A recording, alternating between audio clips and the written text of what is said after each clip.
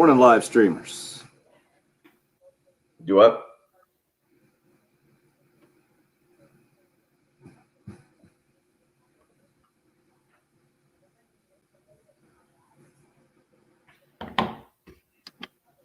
Tournament time on a Tuesday. Welcome in. Hope your Tuesday morning's off to a good start. Thanks for waking up early with us. Tim Hill, Bill Gunter, Jen Jensen with you.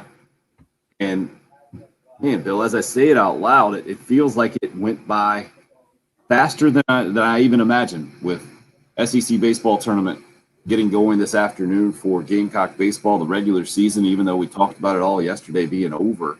I think now that I talk about the postseason beginning, it strikes me as having gone by pretty quickly, especially knowing everything that has happened in the last 14, 15 months or so.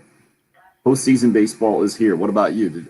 Are you feeling different about this, or are you with me that it jumped by the 56-game regular season? Well, to me, the year as a whole, I mean, it's Tuesday. We're less than a week away from Memorial Day. And actually went to the grocery store last night, didn't make the purchase.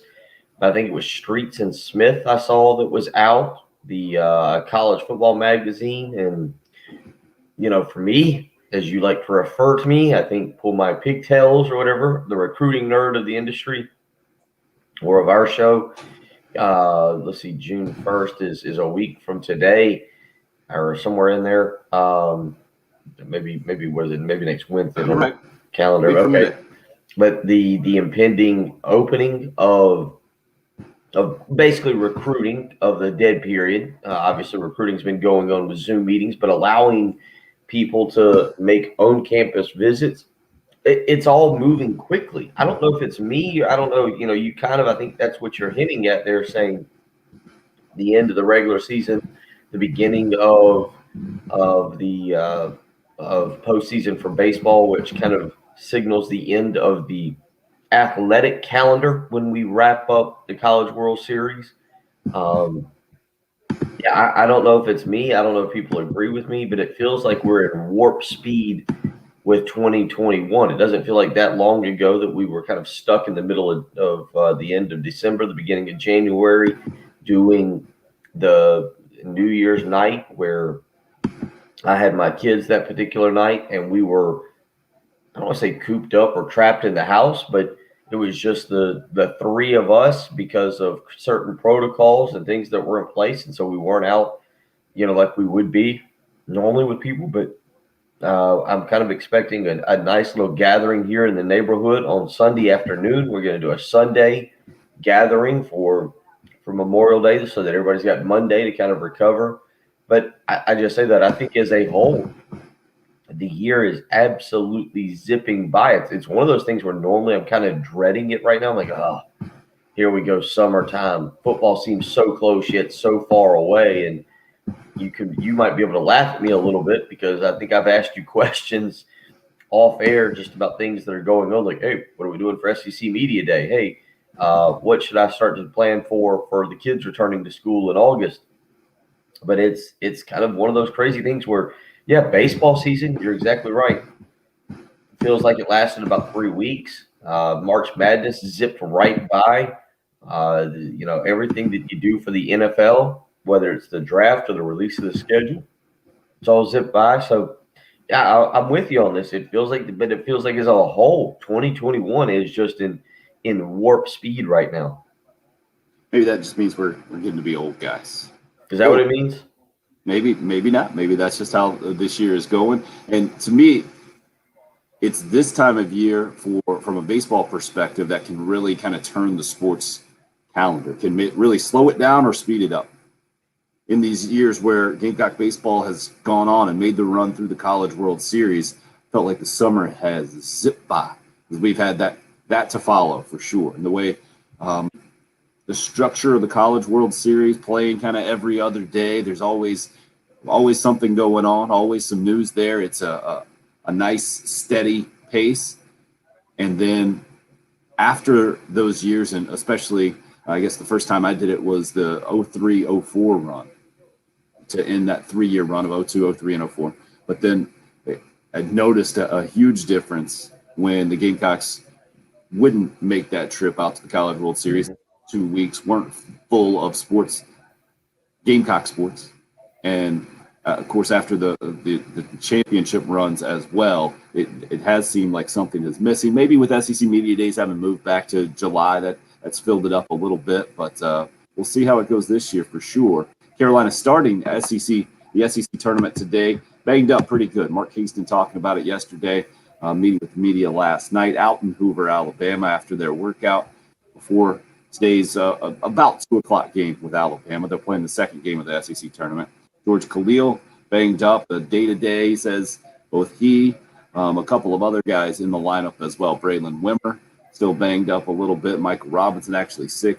The backup to George Khalil at shortstop as well. I know Josiah Seitler hasn't been 100%. He didn't mention anything about him. He hasn't missed any time, but a bit of a banged up group, which you would expect at the end of a regular season. Will be interesting to see who gets on the field today and how this team plays against the 10th seed Alabama, school that definitely needs to make a run if they plan on going to the NCAA tournament. So today's game much more important for Alabama than it is for Carolina, and making a run in the SEC tournament means a lot more to them.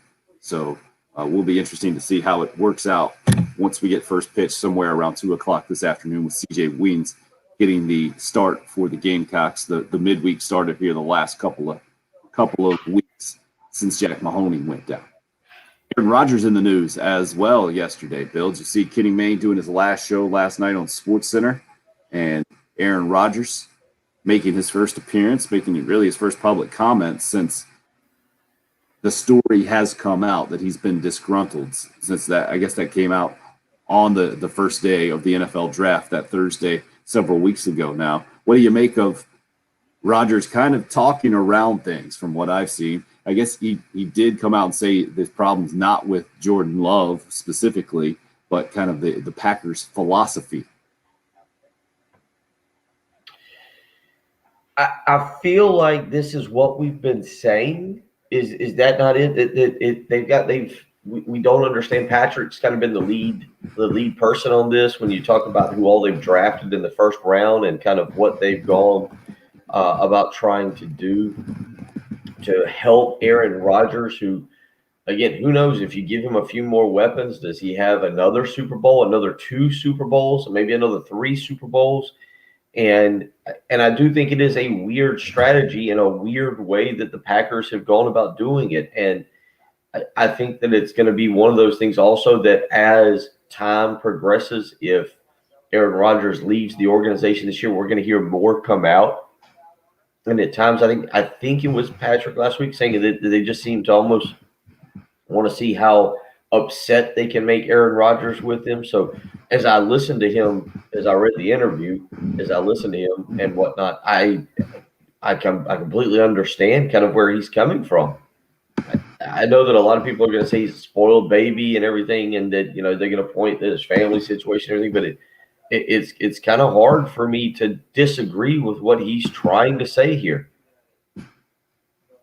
This has come down to the classic pro sports power struggle. I think it's GM versus star player, and I don't know where star player hasn't kind of won out in years past. I'm trying to think where the GM or the organization kind of wins that thing. I guess in New England, Tom Brady didn't end up winning out against Bill Belichick and company and moved on, but it didn't seem to come down quite like this. I don't know how this is going to play out. It's going to play out better, though, than the Julio Jones thing yesterday.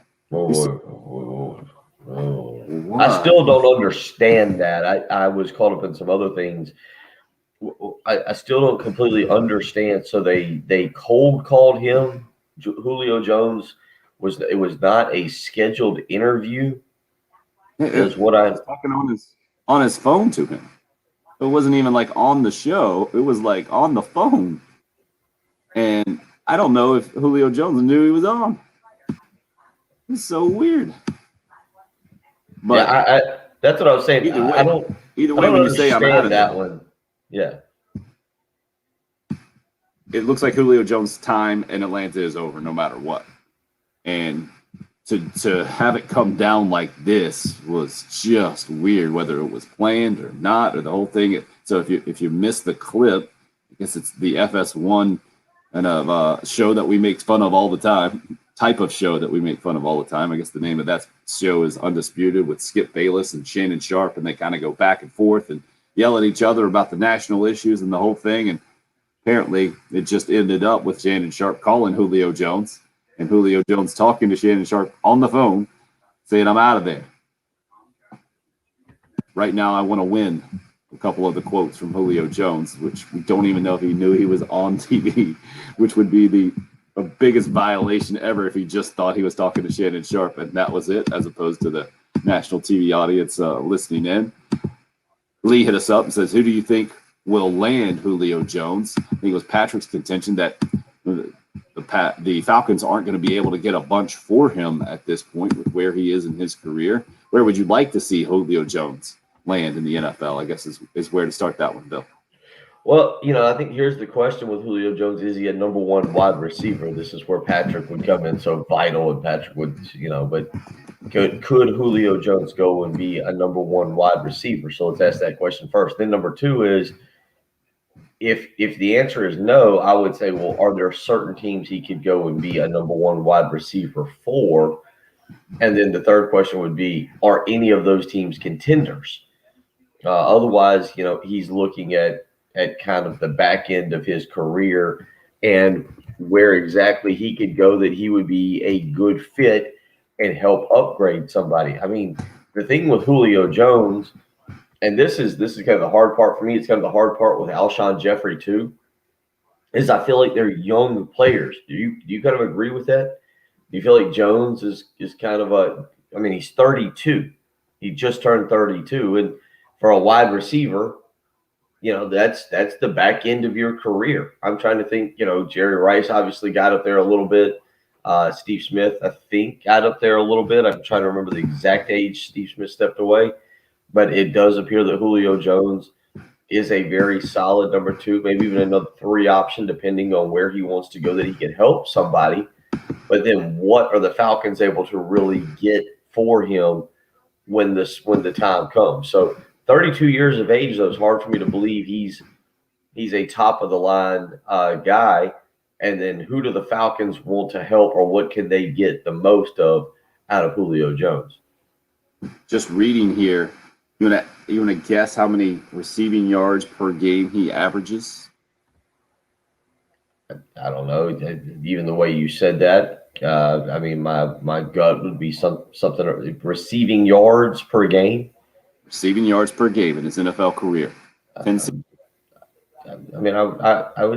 I would 80 to 90, so I'd just say 85. Pretty good guess. It's the highest average in NFL history ever.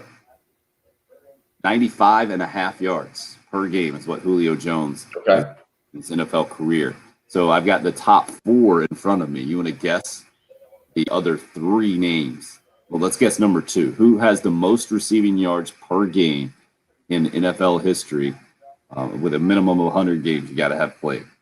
I'm going to go Jerry Rice. That's what I would have gone to. It doesn't have his name on this list. I'll go and look it up.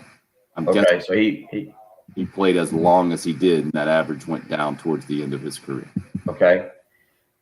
Then that scares me on my next guess, because it feels like Randy Moss caught a ton of long balls. It didn't feel like he was a short, mid-range receiver. It felt like a lot of his were deeper balls. I would guess he would be, if not number 2, number 1. You weren't the only one guessing that. Billy hit us up with that guess as well. He is not on the list that I'm looking at right now. I'm going to go and double check this thing. But nope, not on that list. And it might be, I wouldn't think it would be the minimum 100 games for him either. I'm just checking now. Okay. All right. Let's see where he actually ranks on the list. I've got a longer list in front of me. I pulled up now. And he is 23rd on the list, averaging 70 yards per game. All right. Okay. All right. So then but you said 100 games.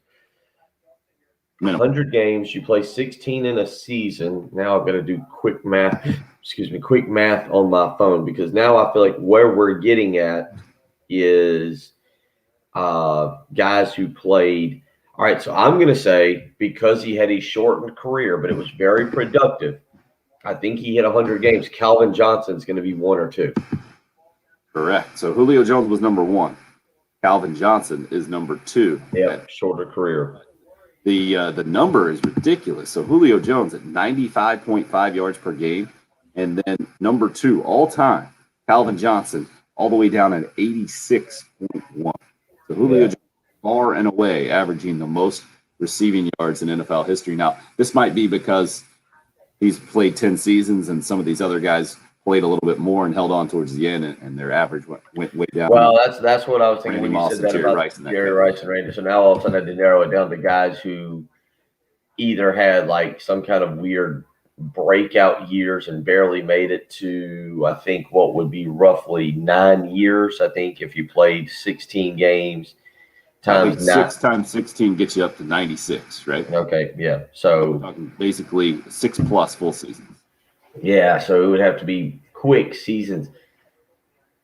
Sterling Sharp wouldn't be in there, would he? I mean, unfortunately, because of the injury cutting him short, would he? I think he might have made it to 100 games. I just have it from 88 to 94 in front of me. He's number 18 on the list I'm looking at 72.6 receiving yards. Okay. So is this an active player then at number 3? It is an active player at number 3 and number 4. Patrick would be great at this. I would guess something like Michael Thomas with the Saints. Michael Thomas hasn't gotten to that list yet, that 100 games minimum, what I'm looking at right now, but his average is at 85 yards per game, but not on the list that I'm looking at. All right, I'm going to take 1 or 2 more stabs at this as people weighing in. As people weighing in. No, see, Michael Irvin. Keep thinking about it. Let's see where Michael Irvin and Terrell Owens rank on the list. I'm going down from the top here. Terrell Owens is at number 17 at almost 73 yards per game. Michael Irvin, I have to go way down here. Craig's weighing in with a bunch. DeAndre Hopkins. DeAndre Hopkins is number 4 on the list. Okay, yeah. At number 79.4. We got to give Craig credit for that one. Yep. Craig gets credit for that. Number 3 is a fun one for sure. Number 3. Craig also says Antonio Brown. That's it. I think Craig was. Good job, Craig. Craig might have looked it up this morning too. That or he's way too invested in fantasy football. He's just nailing it. I'm still looking for Michael Irvin on this list. I have to go way down the list and still haven't seen him. So I'll do that as we take our first break of the morning, talking about NFL receivers all time, receiving yards per game. Julio Jones dominates the list. A bit surprising with him being in the news and saying he's out of there with the Atlanta Falcons. Where exactly is he going to go? How much is he worth in his 11th year? Is kind of where we are. And Lee hits us up with Percy Harvin. I know that's some perfect in the NFL. But Michael Irvin wasn't that far down. Sorry, he's number 12 all time at right around 75 yards receiving per game. Glad we're started this way. It's a fun way to start this morning with DC, David, Craig up on the live stream with us, YouTube and Facebook, also on Twitter. You can find us on the audio stream on the app, wherever you're listening to us or watching. We're happy you're with us on a Tuesday morning. You're listening to the early game. It's 107.5 The Game. It's on everywhere, on the air, online, on your phone or tablet, on the app, Alexa, in the shower. Oh, that was a fun little game.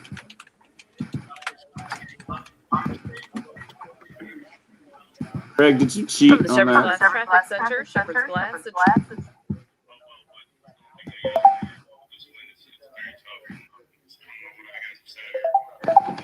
I'm drinking to work. What does that even mean? I'm hoping you're saying driving. Oh, the Edelman guess definitely gave it away that you're not cheating. Let's see where Julian Edelman is on this list.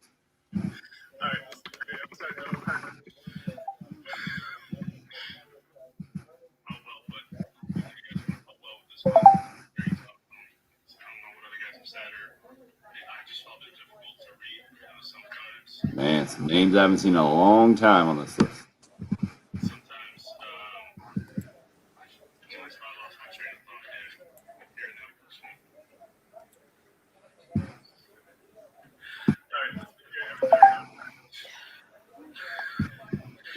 I totally missed this. Did you see this interview with Brooks Koepka? I didn't see it. I see it on social media today. It looks hilarious. Golf course was asking a lot from you.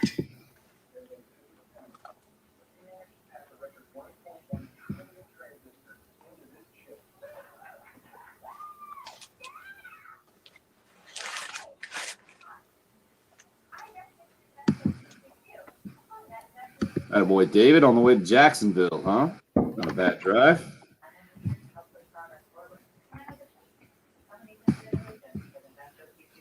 Well, now I want to know what's going on with Brooks Koepka and Bryson DeChambeau. Just a couple of bros. Huh? Just a couple of bros looking for bragging rights.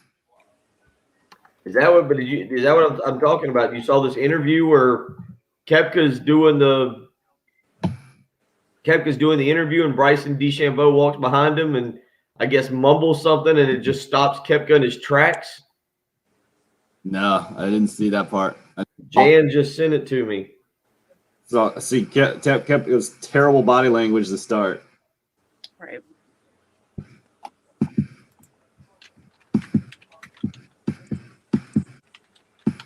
I'm gonna retweet it. It came out 8 hours ago, so it was late last night.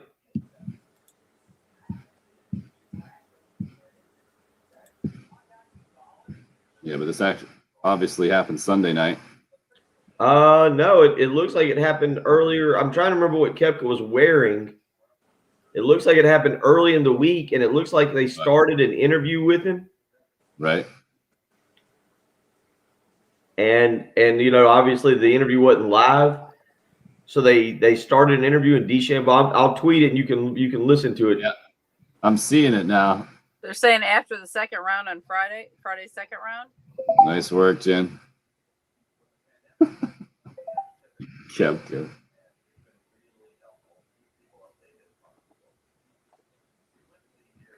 I wonder how it got out.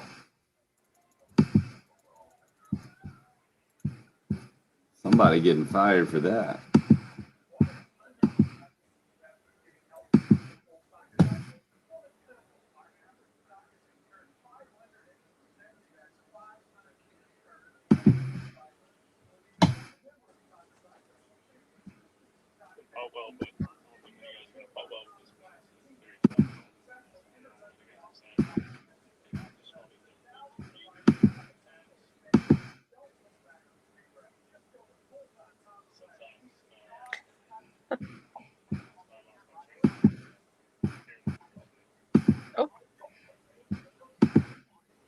People are saying it's the sound of his spikes that DeChambeau wears metal spikes.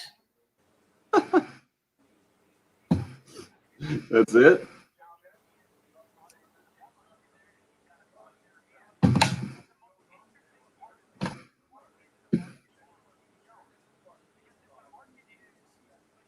You turn the volume up real loud.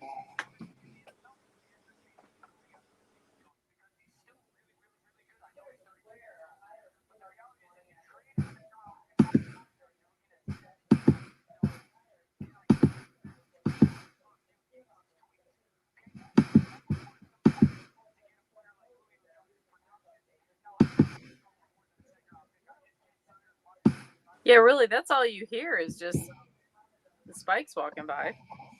Yeah. Oh, well. They used to be the best sound, Everybody walking. I haven't worn metal spikes in forever, so I don't. Yeah.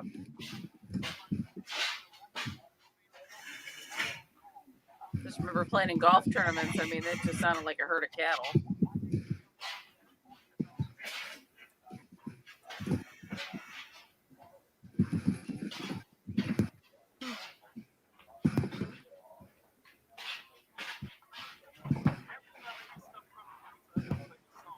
All right.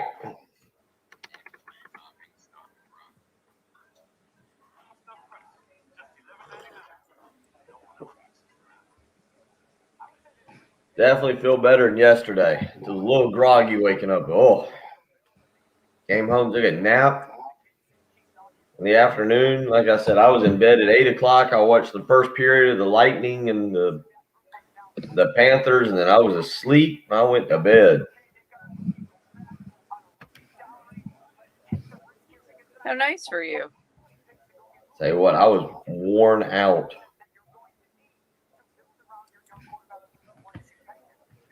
I was a tired little puppy.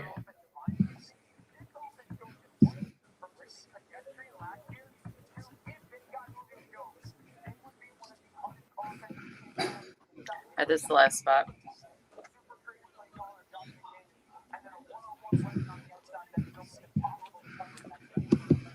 Well, Dan Orvalowski's arguing for Julio Jones to the Patriots. Sounds about right.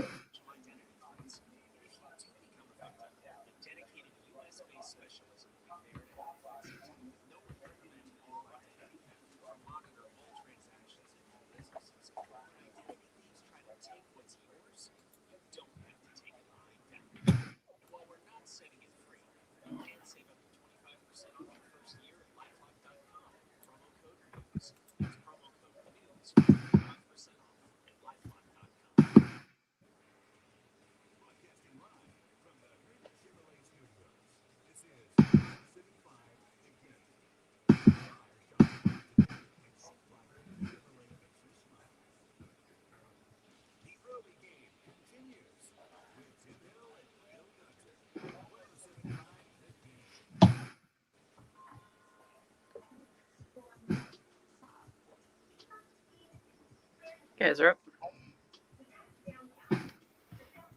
Great names being thrown out on the Cool Care Heating and Air text line.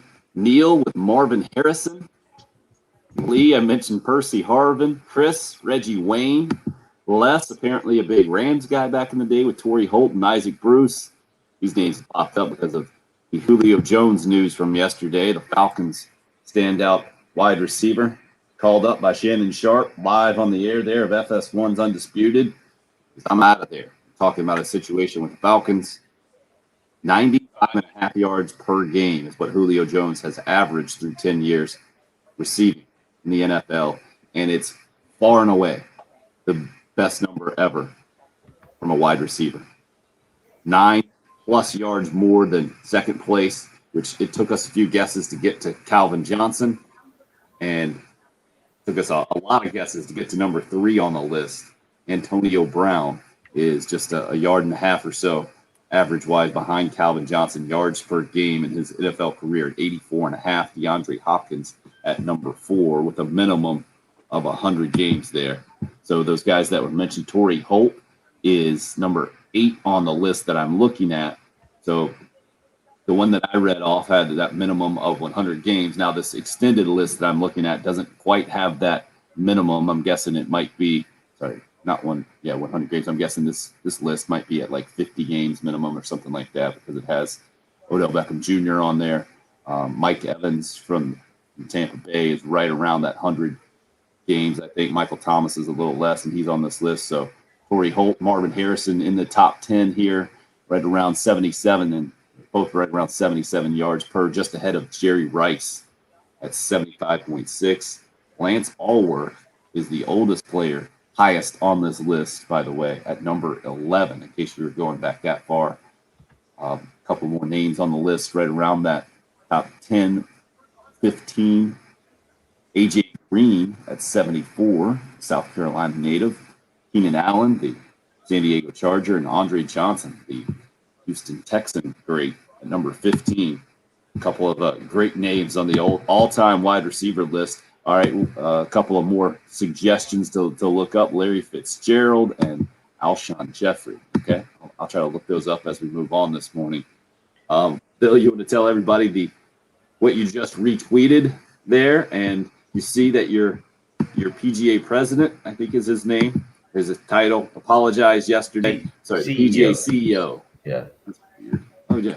Why don't I have a commissioner here? Isn't that how we do it in sports? Not real sure. Not real sure why the CEO. Apparently, he's the one that got trotted out to just kind of say something Nobody else wanted to do it, but It was a the classic CEO. CEO type statement, right? With a bunch of words. When you can really just say, hey, that's our fault. We screwed that up. I apologize to Phil and to Koepka, and glad they're okay. From a safety standpoint, that didn't work out good. And we screwed it up, and we're going to take steps to make sure that never happens again. Instead, while we welcome enthusiastic fan engagement, we regret that a moment of high elation and pin-up emotion by spectators during the conclusion of yesterday's historic PGA Championship briefly overwhelmed security and made 2 players and their caddies feel vulnerable. It's like going in school mode where you have to get a certain amount of words in. It's like, all right, this is how we write this thing. Let's make sure we can make it a 200-word statement because that's the minimum, as opposed to using English and how people talk. Seriously, high elation. High elation, Jen. High elation. I was there. It was high elation. I don't know. That's how you described it yesterday, Bill, actually. That's great. Yeah, I think that's exactly what I used. They heard us and just went with that. I don't understand this. You've seen this happening. This is not a first-time event. Yesterday, the Golf Channel, I was watching just a little bit of the kind of the recap of everything. They were showing Arnold Palmer. I can't remember which tournament it was, popping out of a big crowd that amassed around him back at the tournament. I think in the late 60s or the early 70s, they showed David Duval and Tiger Woods when that happened with them. I'm not saying it's a weekly basis thing, but let's also not act like it's this was the first time it ever occurred on the PGA Tour. I get that probably, and again, I couldn't look back down the fairway and see what exactly was happening, and I understand somebody jumped on Phil's back, and Brooks has got this bum knee that, man, did he fight to overcome all week, and all of a sudden he's out of the tournament. Now he's talking about it being dinged a little bit. Does he mean somebody went in there and hit him with an empty Ultra bottle, or what exactly did somebody bump into him? I guess when he walks around now, he tries to avoid all crowds at all costs. I think this is overblown. We've seen it in golf, and would have they preferred probably to not have it happen? Probably so. That's why they have security guards there. That's why they had ropes there that we were standing behind initially. But this isn't the first time it's happened. And yesterday, again, I think for a lot of people, I was watching CNBC yesterday. I was watching CNBC around lunchtime yesterday, and they were talking about kind of the reopening of America. They were talking about stocks and, buy this, sell that, whatever. And part of it was the reopening, the true reopening of America. And one of the analysts that's on CNBC was talking about, man, did you see the crowd? And he used 3 examples. I think one of them was hockey, so I can't remember which one it was, but he was talking about Madison Square Garden and the Knicks-Hawks game. He mentioned the 18th hole. Even last night I was watching the Panthers and the Lightning play the first period, and it looked like the Lightning were going to roll. I cut it off and went to bed at the end of the first period. It turns out the Panthers won 4-0, but they had a mostly full arena.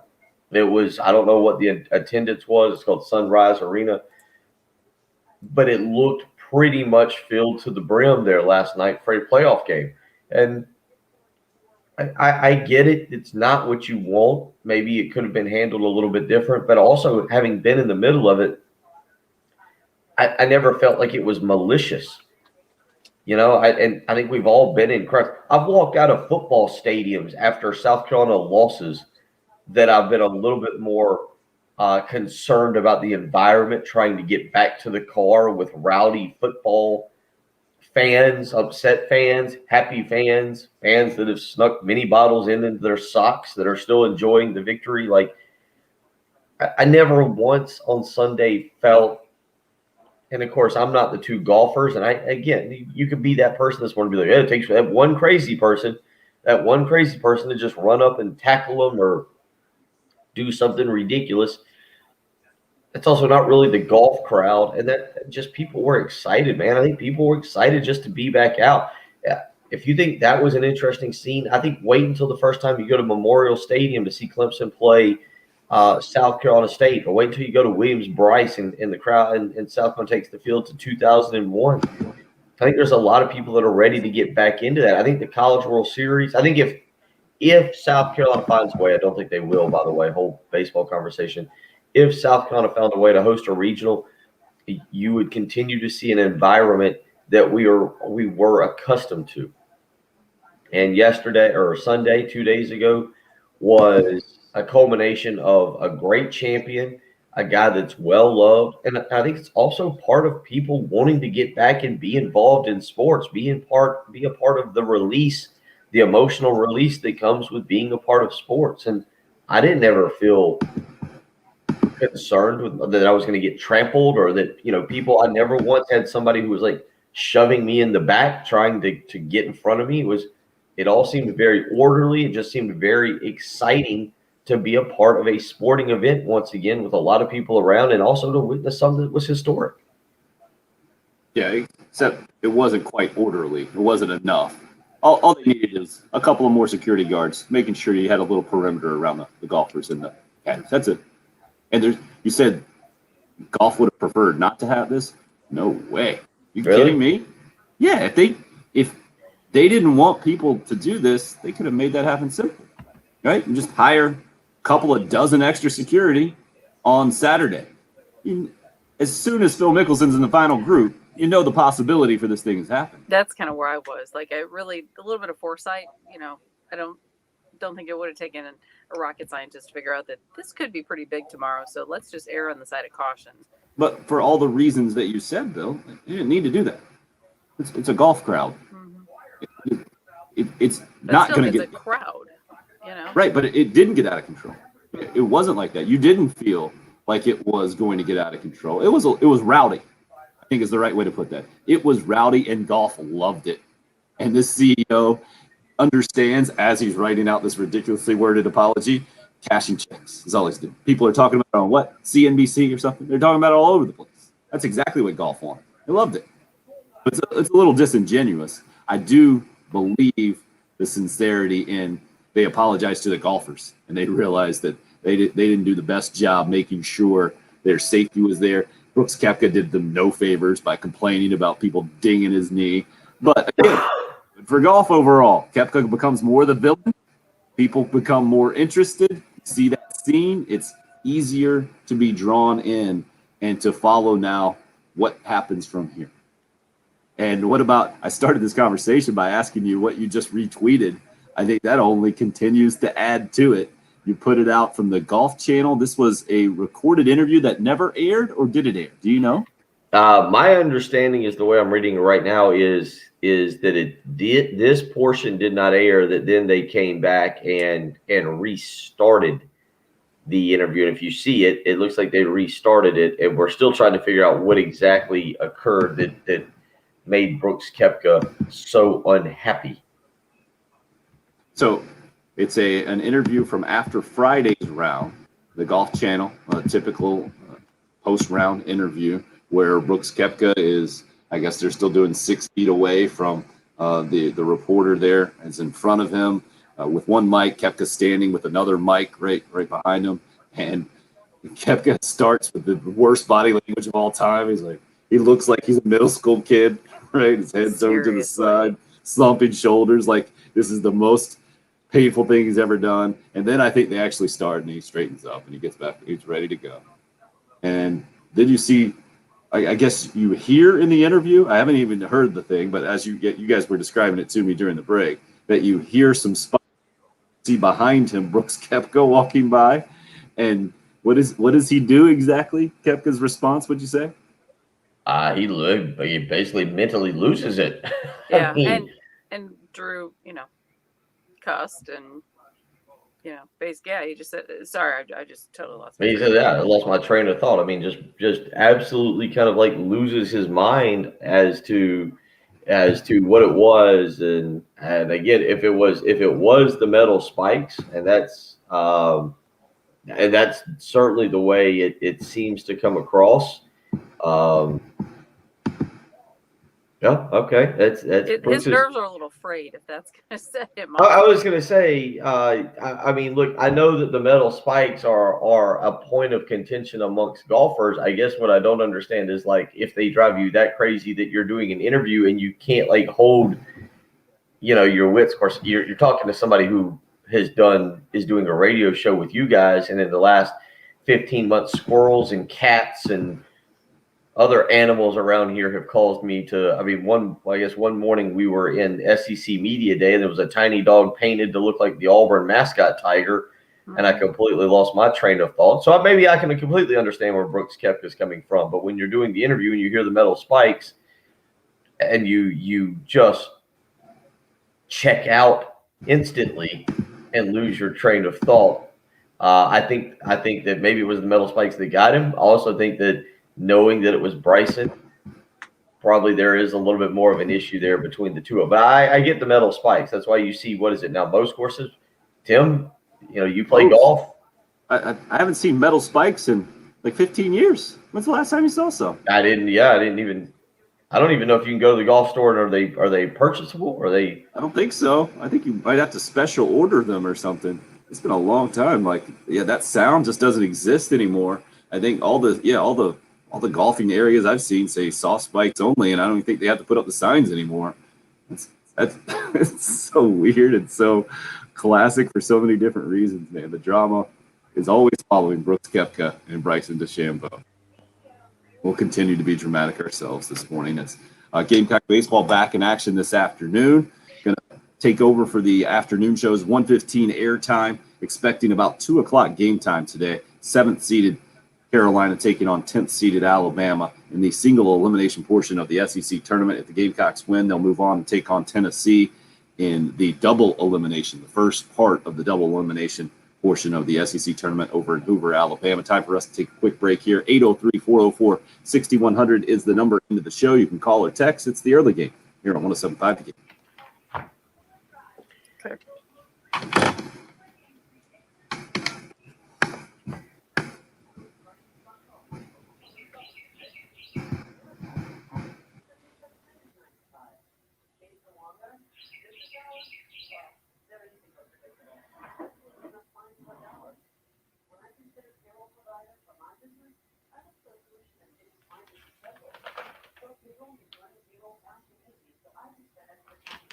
Oh, aren't we a couple of video analysis gurus, just listening in, trying to decipher what makes someone happy and what doesn't? I don't know if that makes us a guru. Let me tell you about an actual guru, the mortgage guru, Jacob Crowder, First Palmetto Bank. If you're looking to refinance your existing mortgage, don't wait much longer. These interest rates are likely to rise, and then you will have missed a golden opportunity. Give them a phone call today, 803-719-1005. If you're thinking about buying that new home, find out today what you can get pre-approved for. That's the first start in buying a new home. And again, that phone number, 803-719-1005. So many people out there right now are taking advantage of low interest rates. They know that it's a golden opportunity to know that they can get things that they want. They can get it cheaper. So many people doing it. Jacobs had to bring on Brian Kovar to the team, and they are being able to help even more home buyers and more people refinance their existing mortgage. You can be one of those people. Shoot them an email, the letter J, Crowder, CROWDER at firstpalmetto.com, or again, give them a phone call, 803-719-1005. It's a great opportunity right now that you do not want to miss out on. Give the mortgage guru a call, 803-719-1005. He's the mortgage guru, Jacob Crowder with First Palmetto Bank.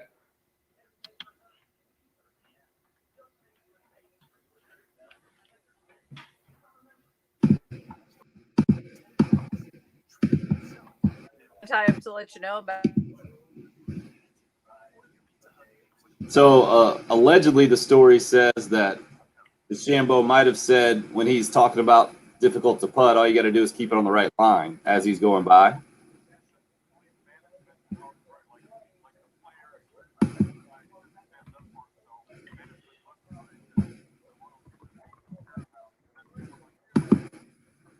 But apparently they've had issues for a while now.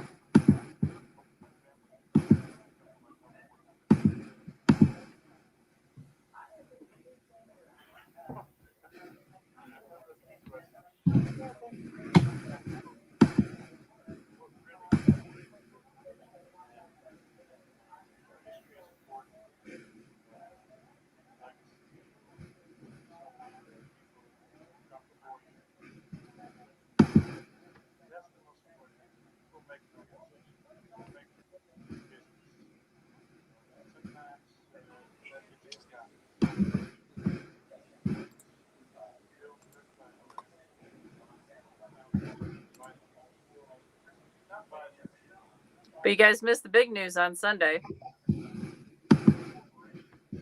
No skim milk was ordered for the Indy 500 Wow. No skim milk. for the drivers. They get to pick what kind of milk they want if they get victory lane. No, no skim milk. So I'm confused. You said none was ordered? Correct. So in the past, these guys who risk their lives to race at 200 miles an hour around the track, like, nah, I can't go with the whole milk. I need to go with the skim milk. Right, exactly. Well, apparently that is the chosen. 21 drivers chose whole milk. They were given 2% whole and skim as the option, and the majority just said whole or 2%. But we did have 2 write-ins for buttermilk. Wow. I forgot about the little Twitter beef back and forth between Koepka and DeChambeau, and DeChambeau made fun of Koepka's appearance, and Koepka responded, "You're right. I'm too short of a 6-pack," and he had all 4 of his major trophies in the picture. Wow.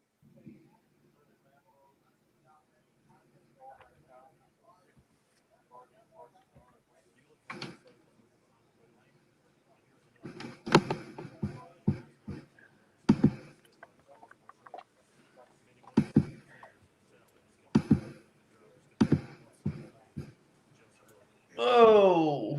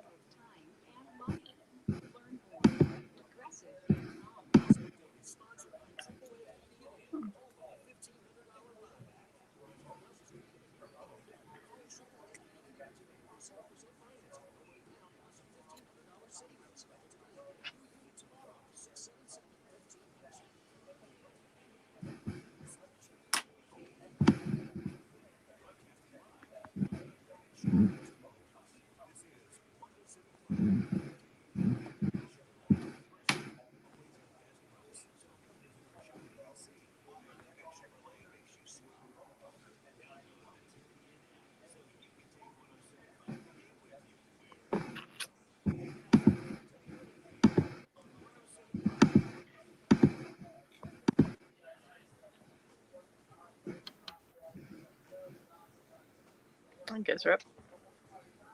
About 2 o'clock today, expecting Gamecock baseball to get SEC tournament play underway. Single elimination game against Alabama, and Carolina banged up. Several infielders there, not 100%. Braylon Wimmer, George Khalil, Jeff Henriksen filling in for Brennan Malone, who has a hamstring deal. Michael Robinson, a little bit sick yesterday as well. So will be interesting to see exactly who is in the lineup this afternoon.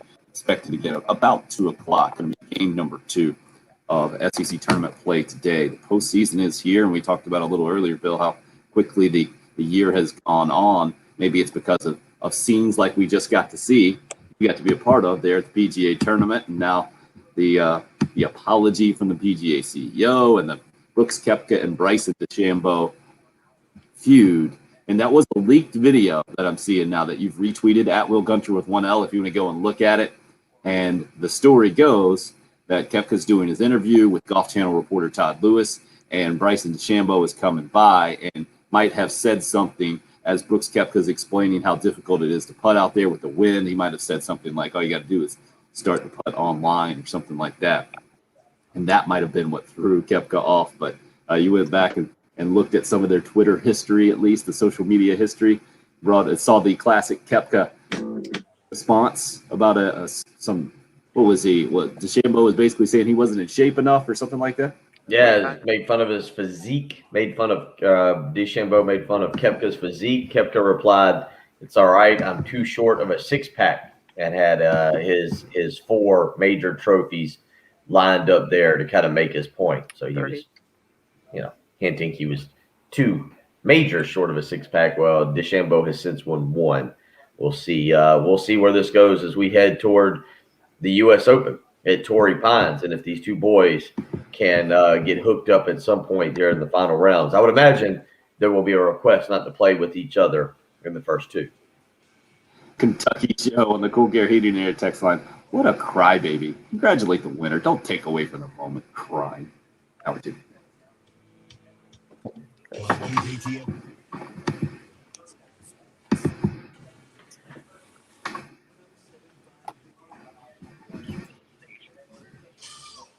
Ugh. Welcome to AutoZone. What are you working on today? Of course we can help you gear up for the next oil change. We've got a great deal for the job. Right now you can buy reports of Castrol GT's conventional or high mileage Oh, and an STP oil filter for just $28.99. And you can get it all fast your way. Just order online with our free same-day store pickup or next day delivery. Your job just got easier. oh boy. Tuesday morning. This is Joe Cordell with the law firm Cordell & Cordell. When the prospect of divorce becomes a reality, you need a partner who can help. If you're a fan of this situation, consider finding. Clearly, our Sunday preparation is key for the week. Has Pete, is that what you said? Yeah. Why is that? You're still worn out? Still struggling on a Tuesday morning. No, I'm a lot better. Well, Sunday was not good, but Jen it's still Kyle Busch, right? Who would be on the list from NASCAR, most disliked person in sports? He's pretty disliked. I feel like it's Koepka or DeChambeau on golf. Oh, Reed. Got to put him up there. Oh yeah, good call. I think Reed actually takes that. I think you got to put LeBron on there too right now if you're forming a poll. Yeah. I've never been a fan of his. I know he's done a lot for the sport, but I just always thought he was kind of a pork chop. Football. Who you got? Aaron Rodgers right now, maybe? Football? Mm-hmm.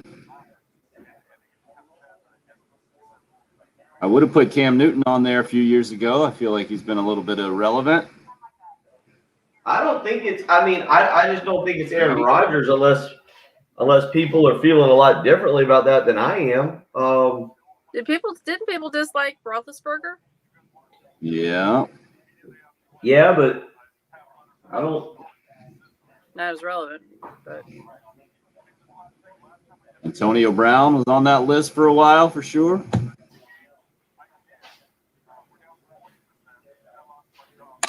Dabo. Tebow would be on that list for some, I guess. Yep. I was saying Dabo. For sure around here. Stirring up Clemson fans. Kaepernick, Craig mentions. Oh, definitely. I think you actually have to be in the sport to be on the sports list, right? True. You guys don't really need to hear me blow my nose.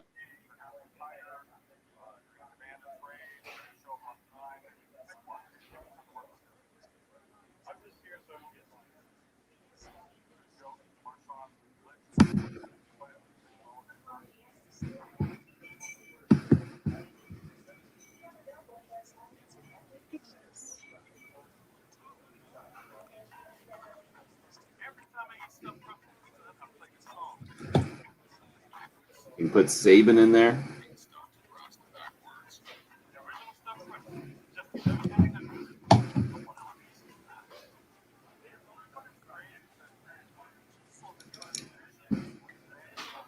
SEC Media Days ring hat guy would not agree with that assessment, though. No doubt. Well, Shannon. Good old Shannon. Oh, a ring hat guy? How did that pop in your head, Jen? That's impressive. I have no idea. No idea.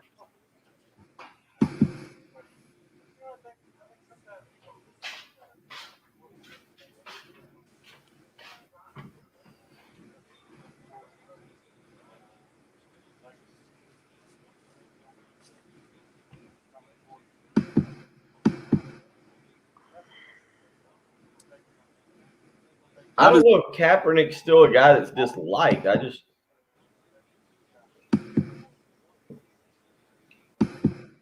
a good question. Who is the most disliked person in the NFL right now?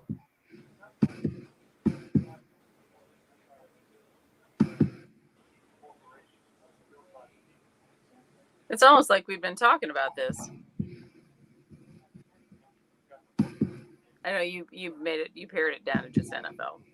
Well, that's what I'm saying. Like, I felt like Tim was making a list with specific sports. Yeah. I'm just messing with you, making sure you're awake. Yeah, we're getting there. I'm telling you, I woke up a little. I slept great last night. I mean, I slept really good from 9 till 1, and then about 1, it was a little bit strange, but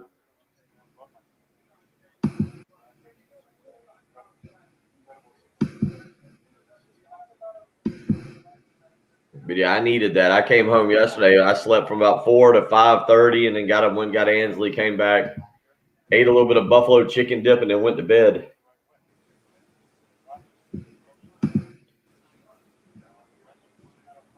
It was definitely a very nice night. I could use one more of those. Bryce Harper. So I don't know, but I feel like even Harper's kind of fallen out of the spotlight some. Belichick and Snyder's good one. Jason's agreeing with you.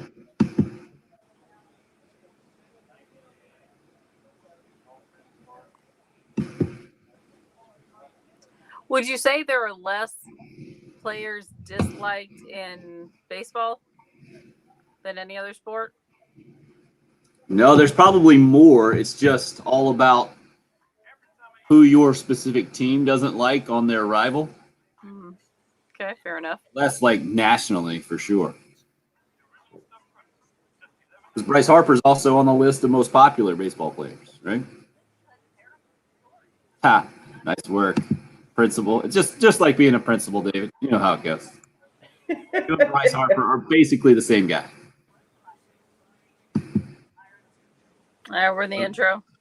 Bonus for you, though. I'm guessing you haven't gotten 90-plus miles an hour in the face recently. It's true. At least not from a baseball. Maybe a spitball. Multiple of them.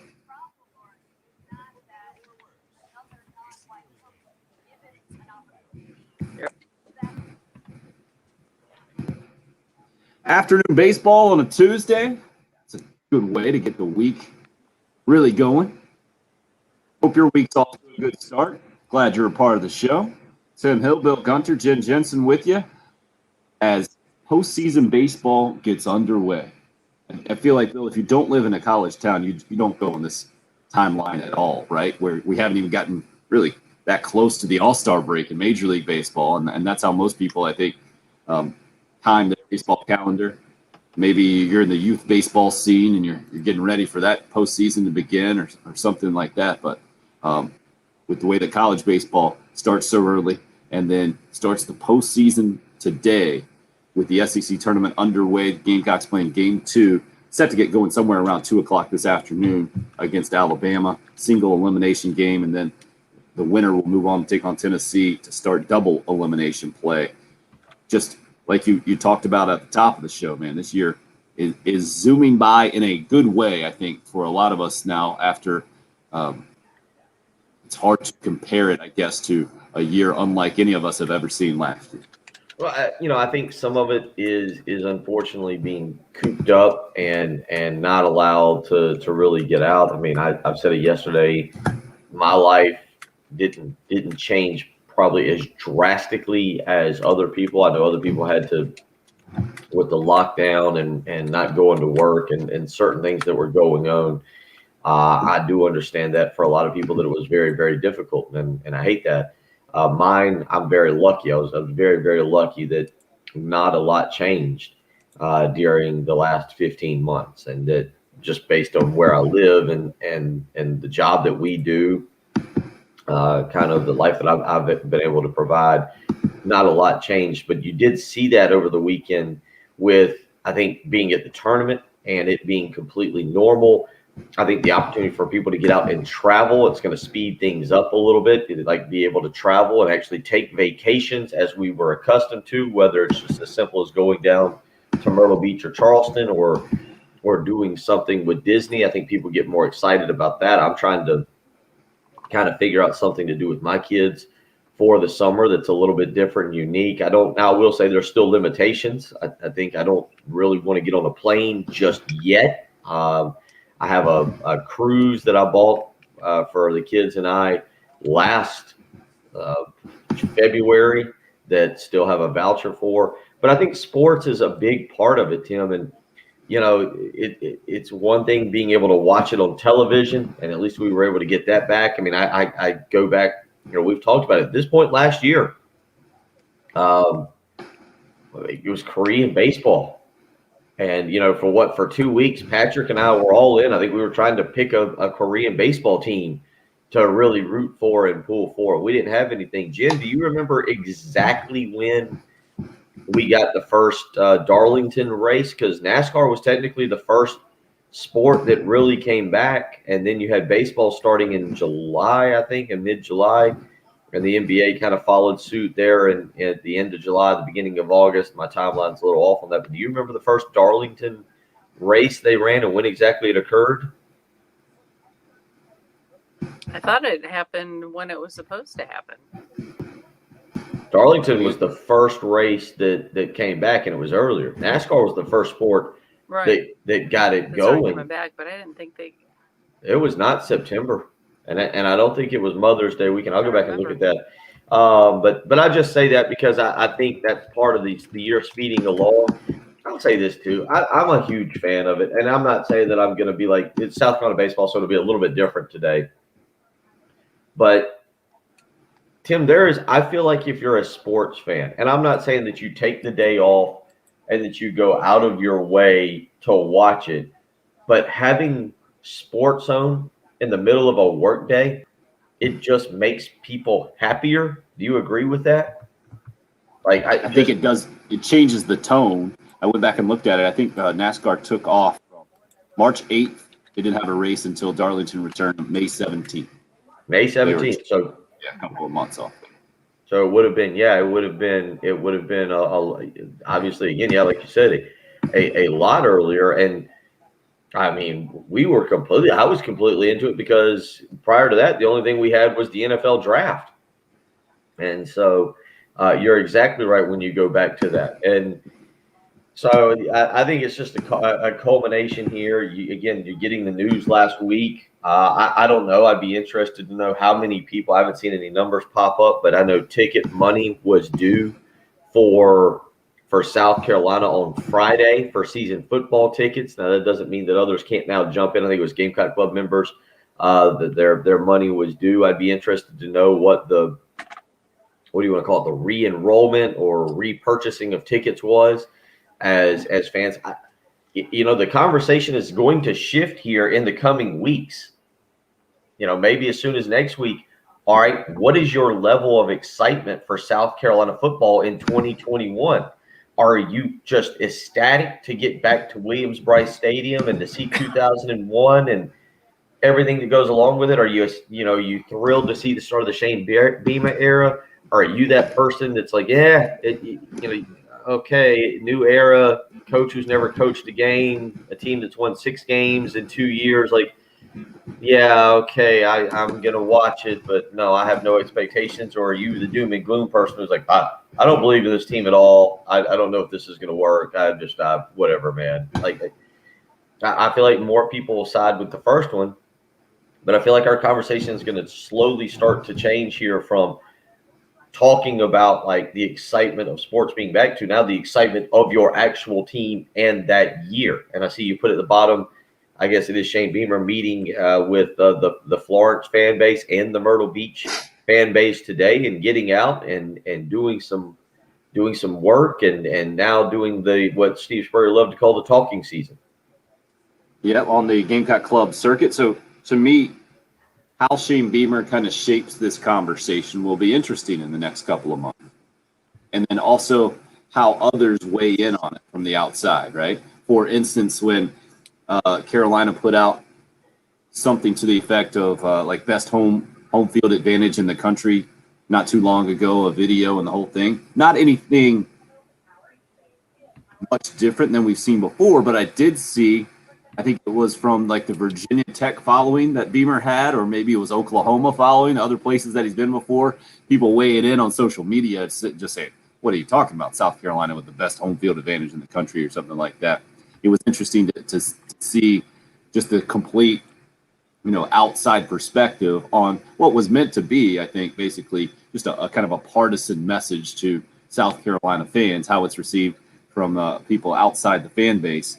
So that's not where Shane Beamer will be in the next few weeks with the Gamecock Club tour. It's simply speaking to Gamecock fans who, like you mentioned, Bill, I think are coming at it from just different places and different outlooks. And after the Will Muschamp era, we saw it kind of disintegrate before our eyes and get beyond fragile. I was going to put it, Gamecock fans in kind of a fragile situation. I don't know if that's where it's at now, but I think the messaging, you do have to be careful moving forward about being optimistic and confident and positive, and yet not overselling kind of what your expectations are for 2021. Does that make any sense?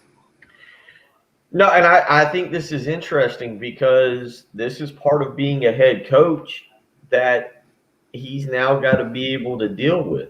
And it might be the most difficult part right now of being a head coach, because you're right, there's got to be an element of, hey, get excited. I really, and I think you agree with me, and we've had this conversation, we both agree that some of the interview process with Ray Tanner for any coach, I think, had to be like, hey, look, winning games will solve all, but for the first 9 months, dating back to January, and depending on how you feel about your team, you have to sell the fan base too.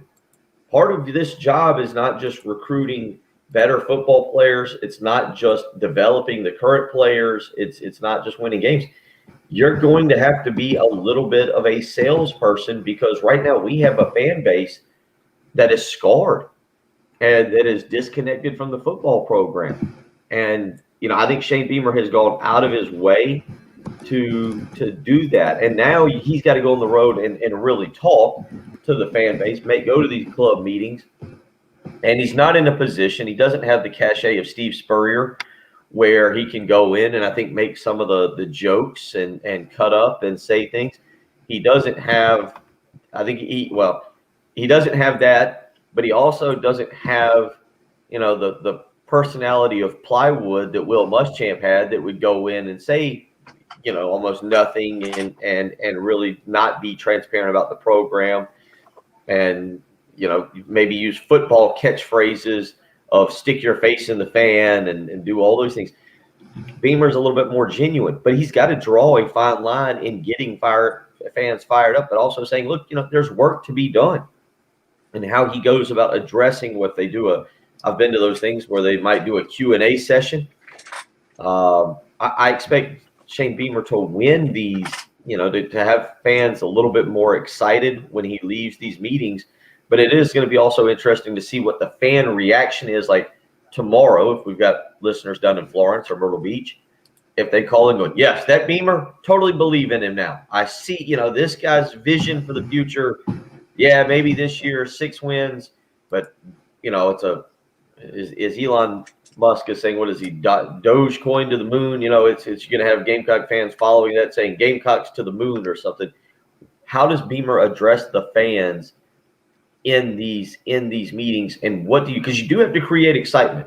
You can't go out there. That was one thing that Muschamp said that I think rubbed people the wrong way. He would talk about the future, but he also go, hey, I'm the head football coach of a 3-9 football team. I don't think Shane Beamer could go in there and say, look, we got a lot of big plans here, but I'm the head football coach of a 2-8 football team. I don't think that's going to have people very excited. Well, I think just right there kind of shows you the difference in their personalities. And we saw it transition from Spurrier to Muschamp. The team had to adjust to a completely different type of mindset. You went from the ultimate game day coach to the ultimate non-game day coach. You went from, all right, practice is one thing, but it really matters when we turn the lights on, to, hey, we win these Saturday games on Tuesday or during the week.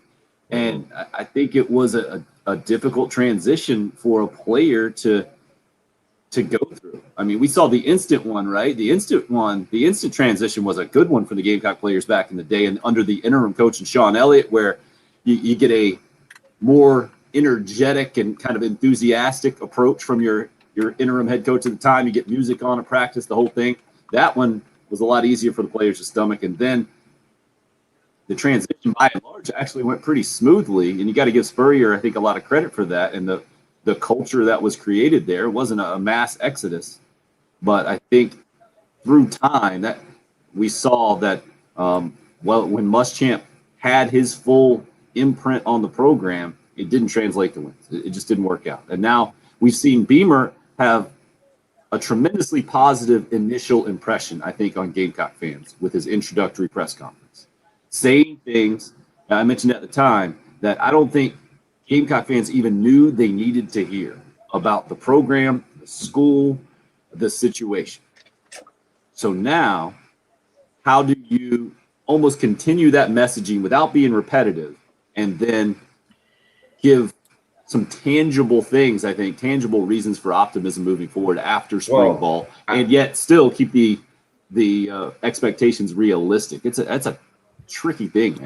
I think some of it is so simple, and I don't know whose idea it was. I don't know if it was Jessica Jackson's. I don't know if it was Beamer's. I don't know if it was Justin King's.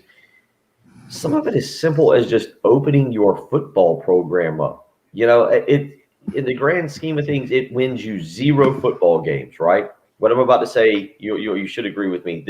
The idea of cruising with the coaches, where fans can go on the Gamecock football Twitter media site and just see Jessica Jackson speeding around at warp speed, as it appears, with a terrified looking football coach, but just talking like, I know this leads to no victories. I totally understand this, that Jessica Jackson riding around with Marcus Satterfield or Justin Stepp or Torian Gray or Jimmy Lindsay or whomever and just interviewing them, but it allows you to get to know that person. And I will say this, right now we still have 0 clue what this football team is going to look like. I have no clue.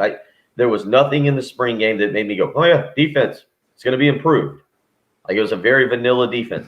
Offensively, I still feel like it was very vanilla. I don't know what I take away from Luke Doty. I don't take much away from Jason Brown throwing 2 touchdowns to a guy that he's known since he was like in 5th grade.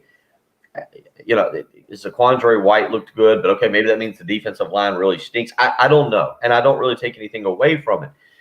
But there's an element here of opening your program and bringing the fan base back in to create just a little bit more of a bond. And so I'll even go as far as to say this. One of the things that if Beamer is willing to do it, that Spurrier did it. Now, Spurrier did it because he wanted to play golf sometimes, and he didn't want to go to all the Gamecock Club meetings.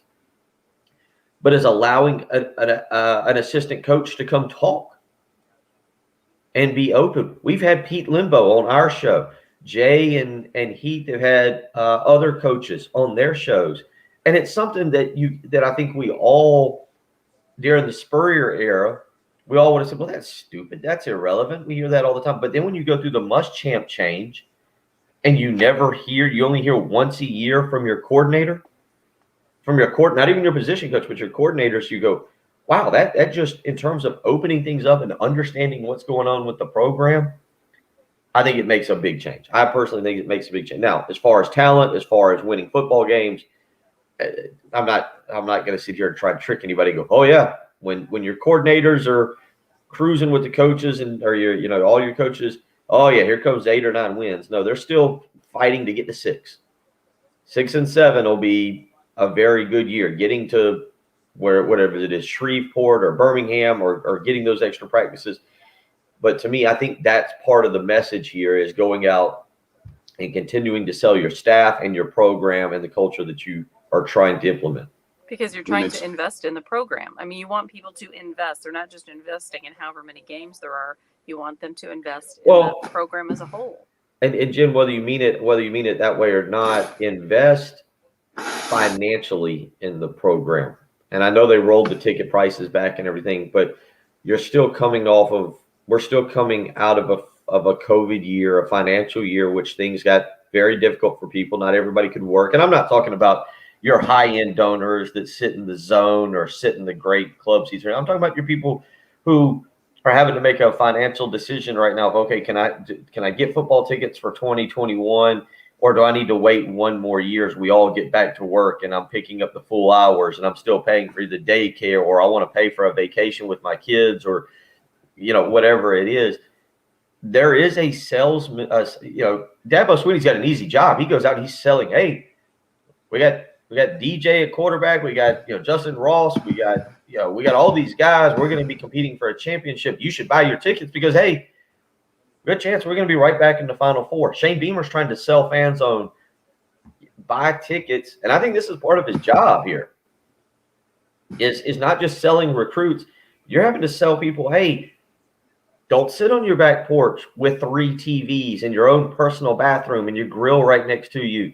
Our athletic department needs money. It's a tricky job right now, I think, for a lot of, and I don't think it's Beamer. I think it's for a lot of college athletics. Mike Norvell down at Florida State.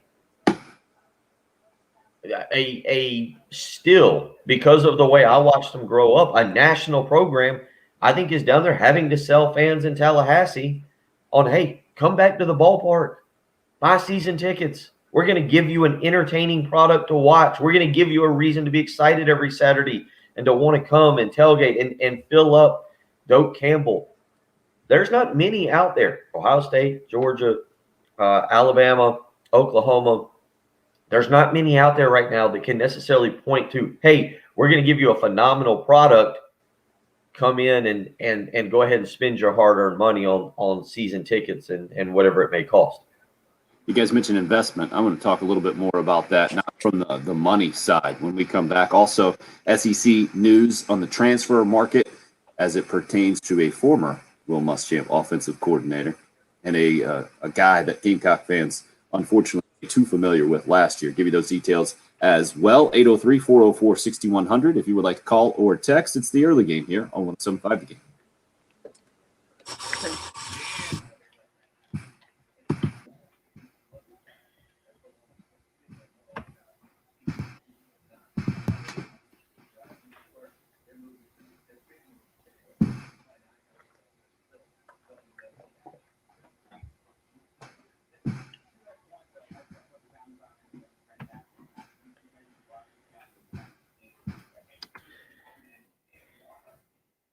This texter, I'm starting to feel like I should just respond back, but just with crazy text, just be like, Star Wars. Nice. I thought you would just plug his narrative. No, there really is great talent at South Carolina. Just to see his head explode and go off. No, because he does that on purpose. So I feel like now I should just start kind of like when Heath responds, but I should just send back random stuff like, Dogecoin to the moon. Nothing to. Bryson DeChambeau is clearly a better golfer than Brooks Koepka. Yeah, I really, you may see me do that one day if I just get fed up, like just no response whatsoever that has anything to do with it. So Bill's responding. I'll read these texts to you just because we don't think this texter is on the live stream. You guys are behind the scenes. 720. They don't have enough talent to compete in the SEC.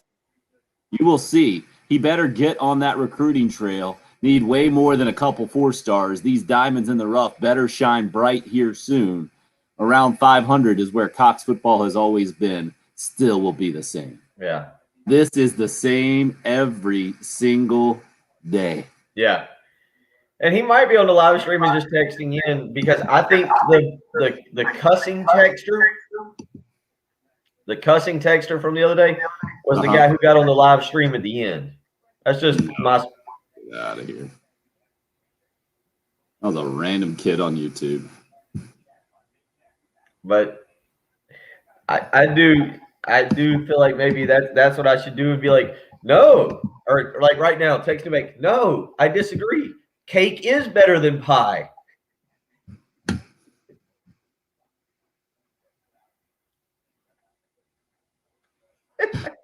I feel like that would annoy him more than anything else. Is just I think Calvin Johnson's better than Julio Jones. I would take Calvin Johnson over Julio Jones. yeah.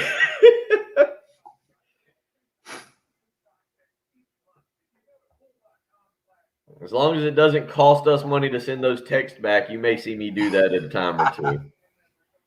Yeah, you're right, DC. It does.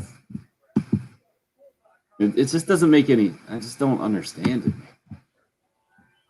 How you live your life like that.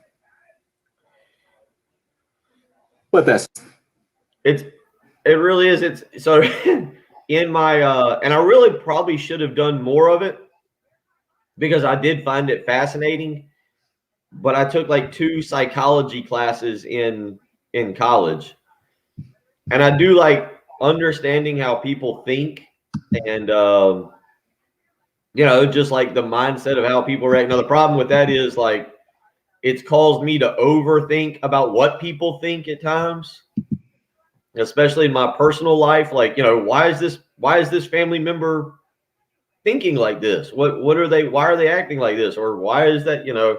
Or now being a single guy, now sometimes if you meet a woman, you're like, what? I don't understand what they're thinking. And then you're trying to overanalyze it.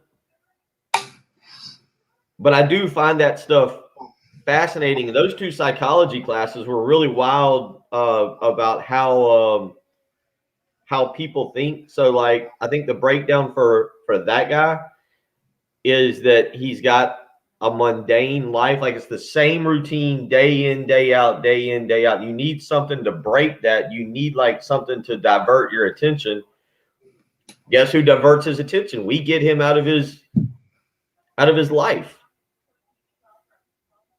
DC, I agree with you. I think fans, I really think as we go through the summer, you're going to see fans become more and more and more excited, especially if they land just a couple recruits here in the month of June. I think you're going to see people really become more, it's going to, I think, you're going to see those people that all of a sudden are, they're calling in August and they're going to be like 8 wins. 8 wins, definitely. Kentucky, Missouri, Tennessee, we're taking all 3 of those down. We're winning the 4 winnable games.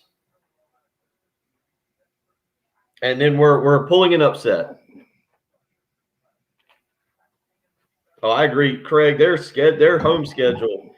And see, that goes to the point, Clemson's home schedule. Now, they got Georgia on the road. But think about that. If you've got to pay, I don't know what Clemson tickets are. That's a great question when you talk about scheduling home and away series.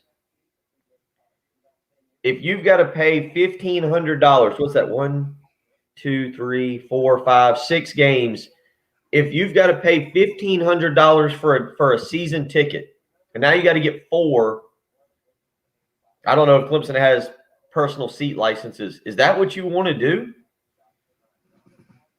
Did one game get Mike Bobo invested into another SEC quarterback, and that's why he's transferred to Auburn? Oh, great football discussion. Yesterday, you missed the news. Former LSU quarterback, TJ Finley, the guy who was the true freshman against the Gamecocks last year and just completely tore Carolina up. Looked like a NFL quarterback that had been seasoned just forever, had an answer for everything. Well, he didn't end up being the LSU quarterback at the end of the season. Actually, ended up being 3rd string out of spring practice. So announced several weeks ago that he was going to transfer.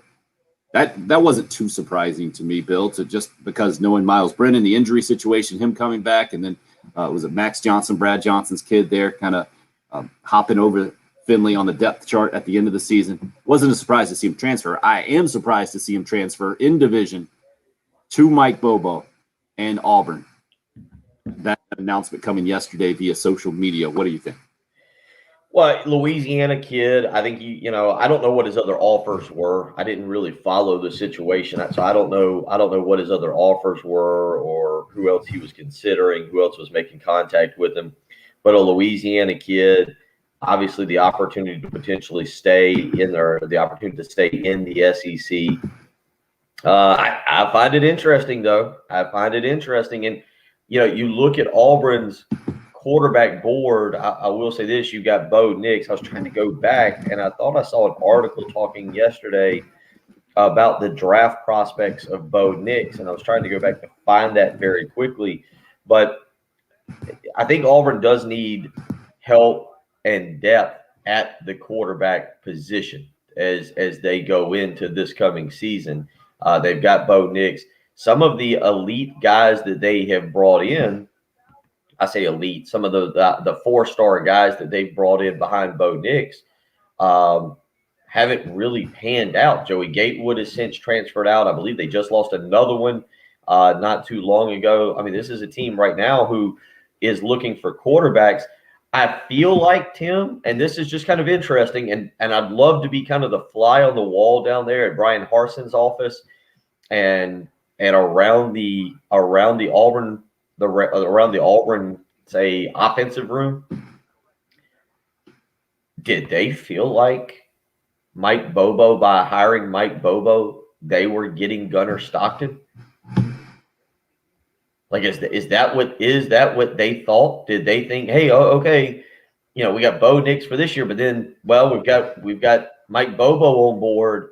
Okay, we'll be okay. We're going to have a 5-star quarterback coming in right behind him. And now, look, Gunnar Stockton hasn't signed with Georgia, and Brock Vandergriff is there already, a 5-star quarterback who I think enrolled during the spring. Obviously, JT Daniels is a guy that's being discussed very highly in regards to the NFL draft. So it's expected him to move on.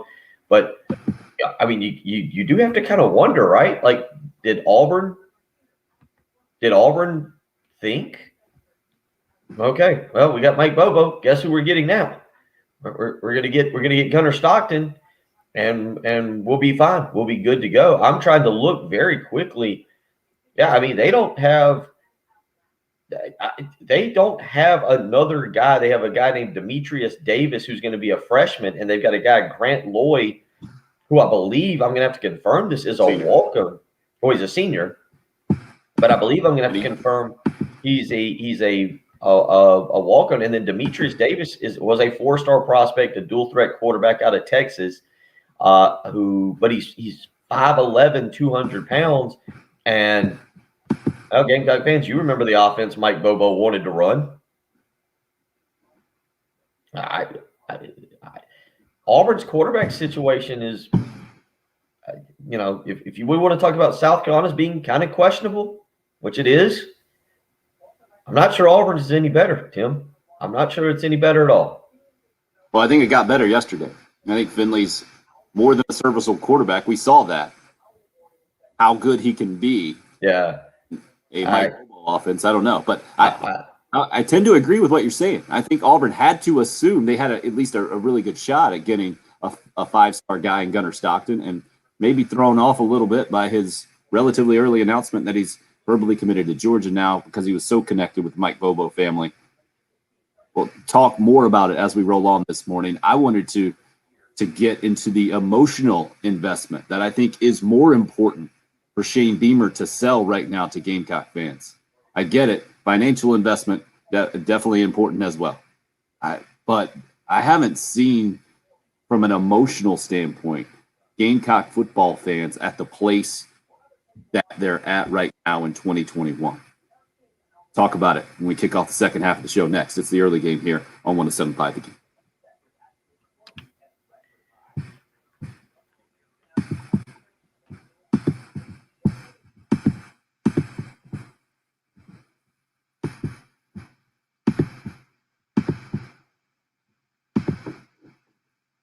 That time of year, we've been talking about it this morning, how summer is right here upon us. The year has kind of zoomed by. We're starting some postseason baseball today. The summer at my house means getting outside a little bit more, heading to the pool. Things get a little messier. Yesterday, the kids were making up some kind of Mario game to play outside, which was really good, but it also involved bringing sticks and rocks into the house. That wasn't so good. So we need some help around our housekeeping. It looking its best. Fortunately, we've had a bunch of help from the best. Zero Res carpet and air duct cleaning. Zero Res has been out to my house, cleaned my carpets, cleaned an area rug for us in our living room, also freshened up the tiles in both the kitchen and the bathroom. Great professional results, kind of like I would have expected. What I didn't expect is how Zero Res got to those results and how good it made me feel about having them cleaning the carpets in my house, because there's no harsh chemicals involved in their patented powered water system. Also, no leftover soapy residue. That's why my carpets have stayed cleaner longer. Yours can as well. Give them a call at 803-262-4020. Check them out online, zerorescolumbia.com. 3 rooms of carpet clean, only $119 plus a free hallway when you mention me, Tim Hill. That's Zero Res. Spell it backwards or forwards. It's the right way to clean.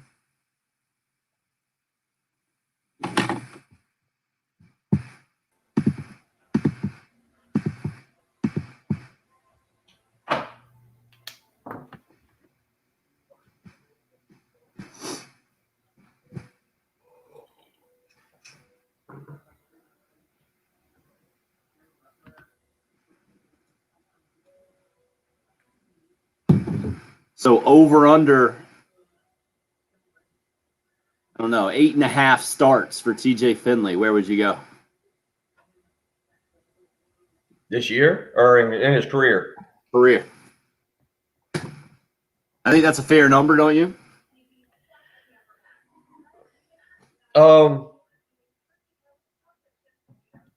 Yeah, I actually, so he'll be technically a sophomore this year. Well, last year was a free year, right? So the way I understand it is he will be listed as a sophomore, right. but he has the option for the 5th year when his time comes. Right. That's how everybody's going to be. These names mean nothing anymore. It Yeah. used to be 5 years to play 4. Now you got 6. And some of those will be playing 5.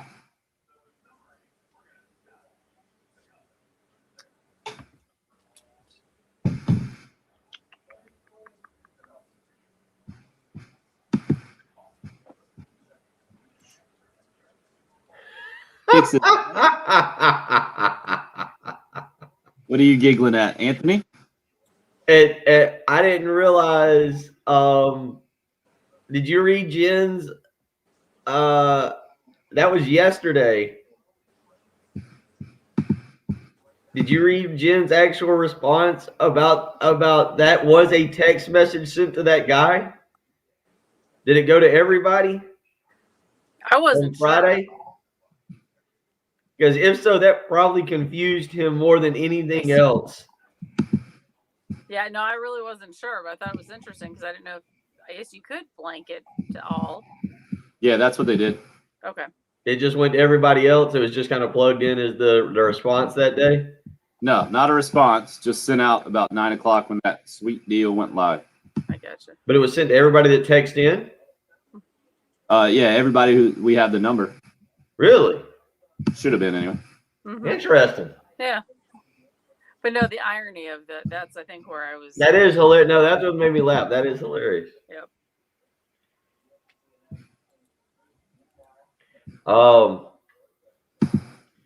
Yeah, I mean, it's the same thing. Luke Doty's, like you said, Luke Doty's a freshman. If he doesn't, let's say he progresses, but then his senior year, he's not NFL ready. He can say, "Well, I got my 5th year. I'm gonna use it." Yeah, only if the coaching staff agrees, right? Well, I mean, let's put it this way: in 3 years, if he's still the starting quarterback and the coaching staff doesn't agree, then.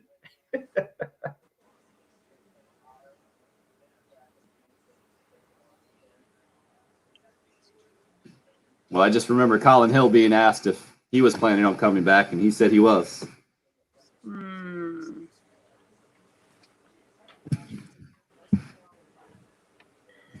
Well, I think everybody was ready to go in a different direction. One way to put that. And if he can make the practice squad with the Bengals, it'll be for the best for him. And wow for Will Muschamp, huh? Yeah.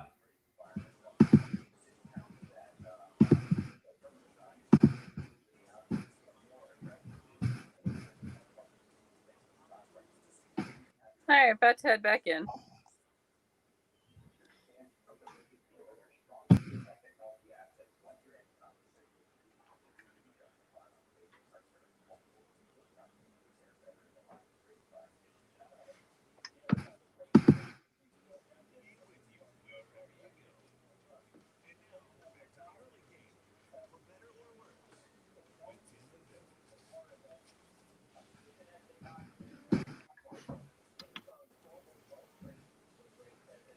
Guys, are up.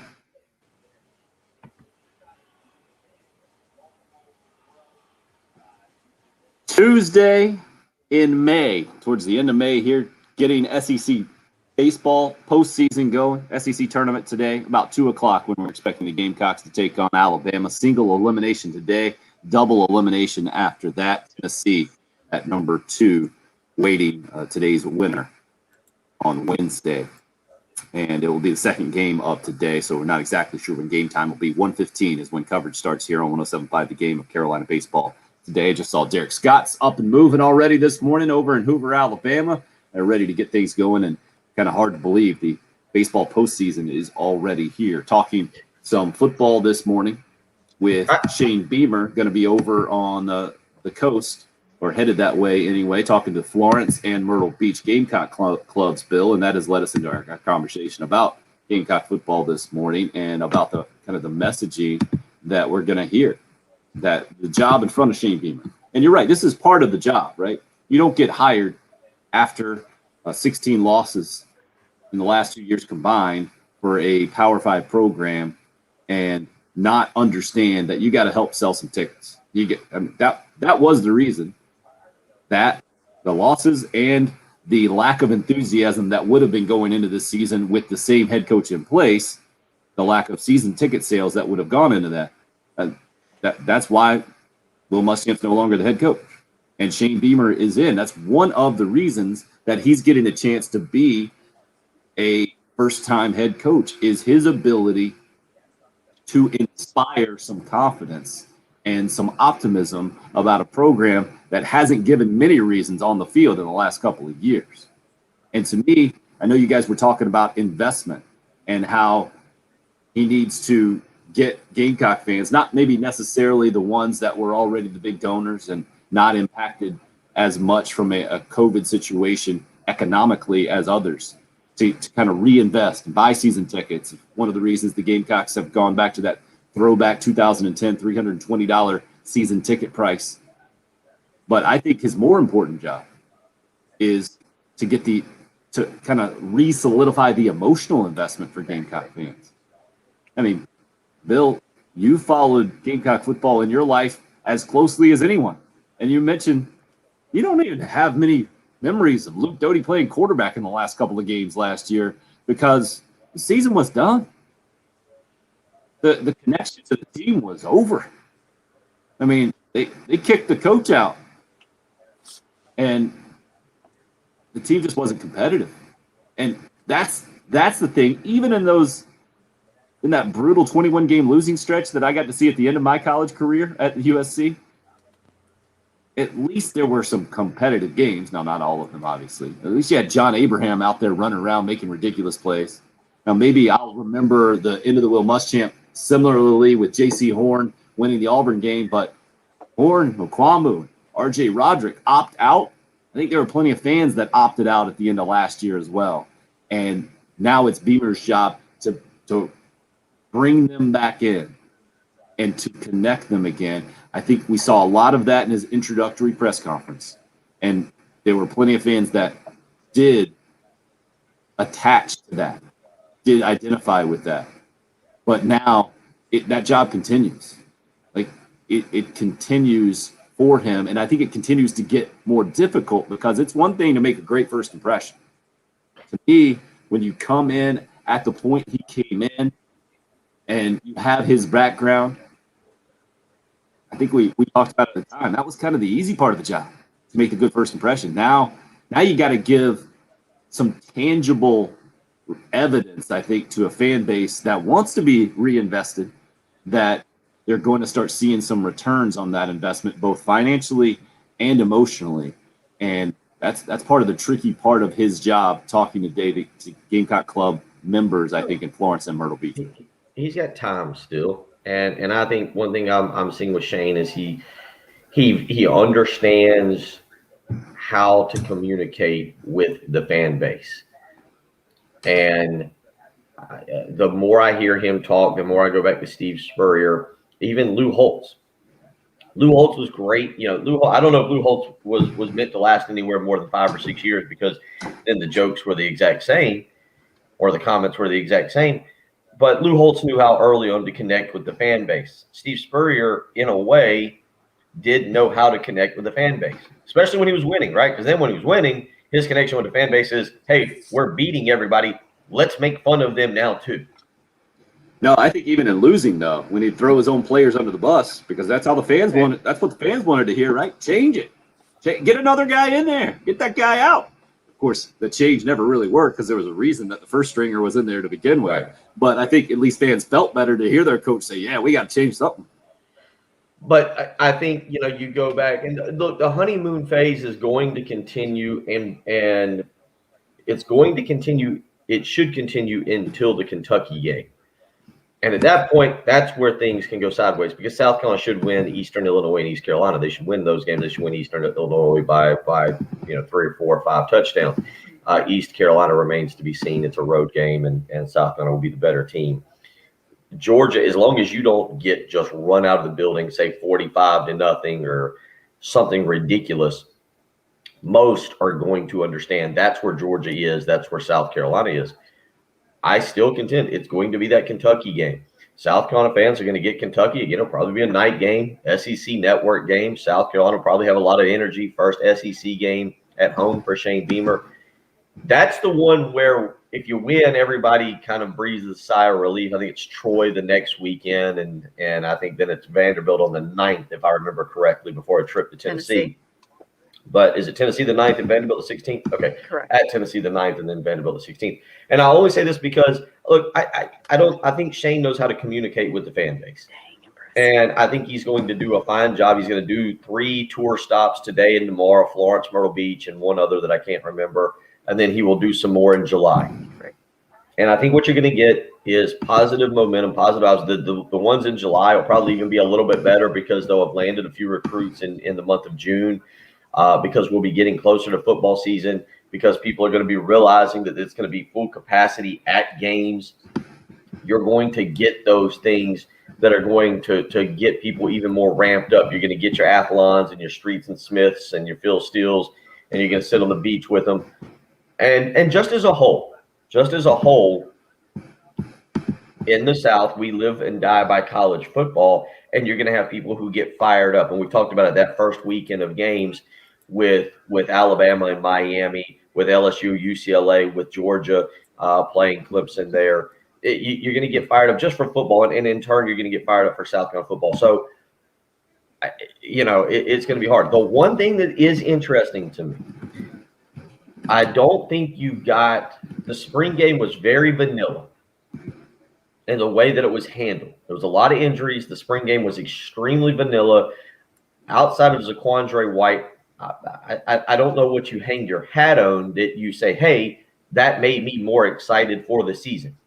We didn't see any more Marshawn Lloyd than we'd ever seen. We didn't see some of the transfers that we expected to see. There wasn't anything that came out of the spring game where I think made people any more excited. So I don't know how you build on that, but I still think everything's going to be very positive until we get to that Kentucky game. And that'll be the first time that you could potentially face adversity if you end up losing that game. That would be the press conference, the post-game press conference, where we go, okay, how does Shane Beamer handle actual adversity? Not bad. Wrapping that thing up as I put the messages on the live video stream. Time for a break, Bill. That's what we got to do. It's the early game. It's 107.5 again. Your 24/7 sports station. I'm feeling pretty good. Pretty good.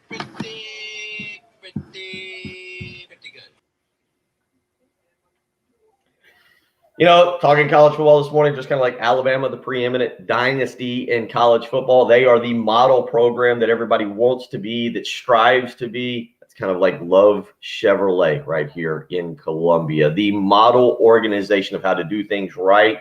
And once again, Love Chevrolet has just been presented with the Mark of Excellence Award for 2020. That's right, winning the top award in the country. It's what Alabama does. It's what Love Chevrolet does. You get the point. Love Chevrolet, I-26 in Harbison between Lowe's and Frankie's Fun Park. That Mark of Excellence Award, not just any trophy that you put in the trophy case. It is the highest honor any Chevrolet dealer can receive, and it's only given out to a handful of dealerships in the entire country each and every year. The Mark of Excellence represents Love Chevrolet's commitment to providing you with the absolute best sales, service, and customer care, like the largest selection to choose from, 14 acres to be exact. And don't forget, Love Chevrolet has got financing options for all of life's situations. Buy here, pay here, all the way up to 0% financing for 72 months. But don't take my word for it. Stop by Love Chevrolet, I-26 in Harbison between Lowe's and Frankie's Fun Park. Let them show you why they keep winning the Mark of Excellence Award. Serving South Carolina for 60 amazing years and becoming South Carolina's #1 volume Chevy dealer. That is Love Chevrolet, I-26 in Harbison between Lowe's and Frankie's Fun Park, or on the web, lovechevy.com. Get out to Love Chevrolet and find new roads.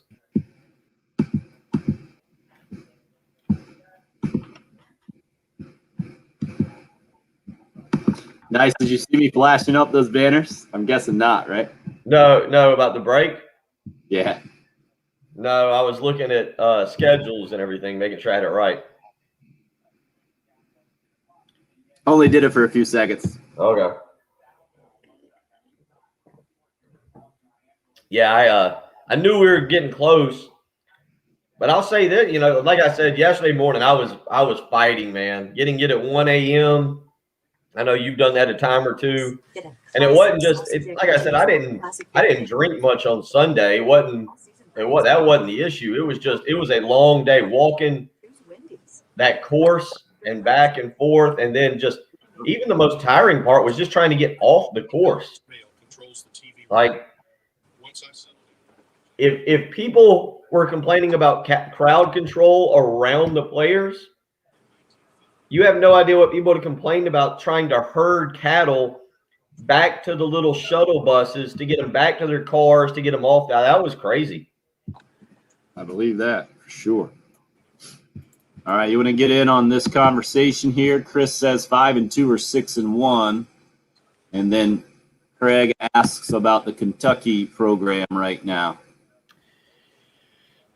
Yeah, I think Chris is right. I wouldn't predict 6-1. I think South Carolina will lose one of the Kentucky or Tennessee games. Kentucky's at home. They'll win one of them, is what you're saying? Lose one. Well, win, lose. They'll go 1-1. However you want to phrase to lose it. I would put my money on 0-2 in those games right now. See, but regardless of what people say, there are certain areas of South Carolina that are certainly, the secondary is a huge concern, and linebacker right now is definitely a concern. I don't think you're as worried about the defensive line. The offensive line will be fine. There's too many wide receivers with a good wide receiver coach that I don't think you can't find 3 or 4 that are capable. Plus, you throw in the tight ends. We'll see what Luke Doty looks like or Jason Brown, but I think the talent is better than what people are saying. The problem is when you say that on radio, people overhear that and think, oh, he's saying they're going to win 8 or 9 games. But I don't think that's true. I don't think Kentucky is more talented, or Tennessee. I definitely don't think Tennessee's got quarterback issues of their own. A lot of their good players just transferred to Oklahoma. Are you buying into Josh Heupel as this great up and coming coach? That's a winnable game. I don't know. I bet the point spread would be maybe Tennessee favored by 2 or 3 because it's in Knoxville. But I feel like South Carolina, if they're playing like we think, would be favored at home. Kentucky. We got to see what Joey Gatewood's going to do or who their quarterback's going to be.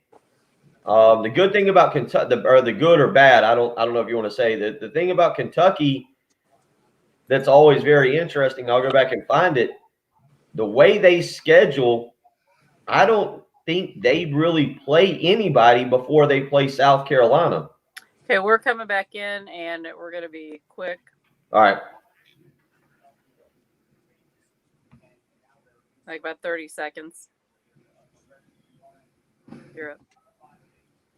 Former LSU quarterback TJ Finley now pairing with Mike Bobo and transferring over to Auburn and Gamecock football. Plenty to discuss for Shane Beamer. Bill, talking to some Gamecock clubs starting today. Will be an interesting offseason tone, eh? I don't think it'll be positive. It'll be positive. People will continue to get happy. But, yeah, I'm always interested to see if he's got some kind of newsworthy item that might pop up. See if we can be newsworthy. Hour 3 coming up next here on the early game. Columbia. Total coverage. Right here. 107.5 The Game. Yeah, Chris, Bill retweeted that a little earlier. That was probably about an hour ago. We talked about on the show, maybe hour and a half ago. Yeah. But, I don't think Kentucky and Tennessee are that much better than South Carolina. One's on the road, one's in Knoxville. I actually the 3 swing games are Kentucky, Tennessee, and Missouri. And of those 3, Missouri's probably the toughest. I do like Eli Drinkowitz as a coach. I don't know how long he'll stay at Missouri. I think if he has another good year, you could see somebody try to snap him up at a different – I don't know if he wants to stay at Missouri. I think he's a Southern guy, I think.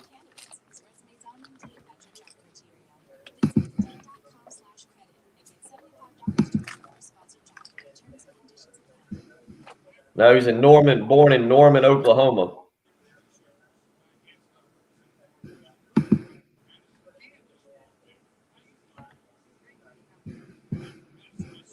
Hope, I'd say 5 to 7, because I think there's 4 guaranteed wins. And if you're only saying 4, then you're saying that they're going to go 0-3 against Kentucky, Tennessee, and Missouri.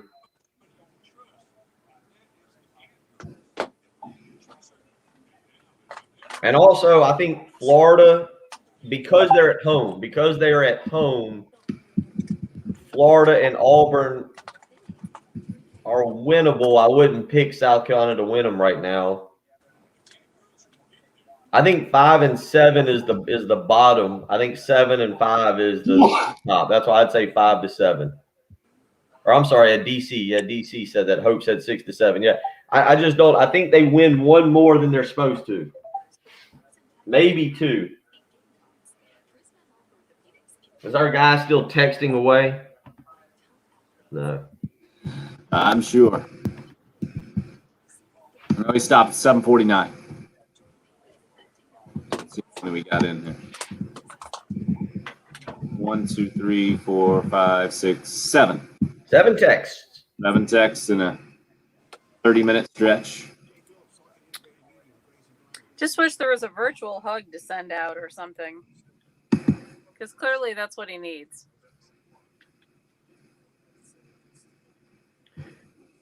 We could send him a link to like Tinder or Bumble. There you go. Because I don't know if I'd text. I don't think so. Hope. I have my feelings about who that might have been.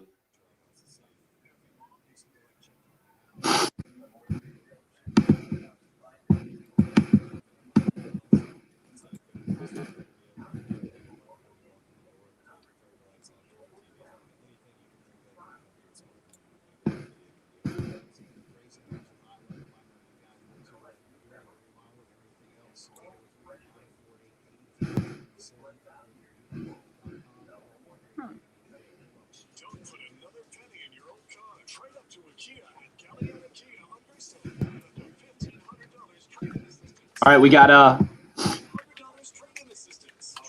an internet mystery to help solve. Oh, Saw that. So my buddy Scott Eisberg down in Charleston got the question in with a picture. 1670 was on Mickelson's golf bag. The number 1670. It's a Callaway golf bag. It also says Greyhawk Golf Club on there from Scottsdale. And it's got Epic on the bottom of it from Callaway, I think. I think that might be the difference. It might say I-670 instead of 1670. Maybe well, you that's know, it. Greyhawk Golf Club is his home course, and I think that's where they're playing the women's regionals at. Is that they were talking about it on the Golf Channel yesterday? Yeah, that sounds right. But the question is, why are those numbers, or why is I-670 on there? Could it be a Callaway model? I-670? Callaway. Would be irons, maybe? That's my guess. Yep.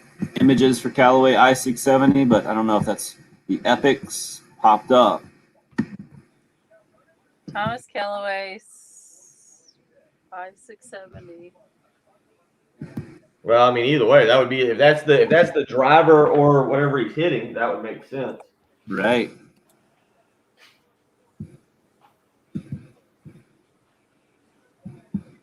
There's something in Help us solve this mystery. Because the question into Scotty in Charleston was that Charleston was found in 1670, so that's the theory there. But no way that's it, in my opinion.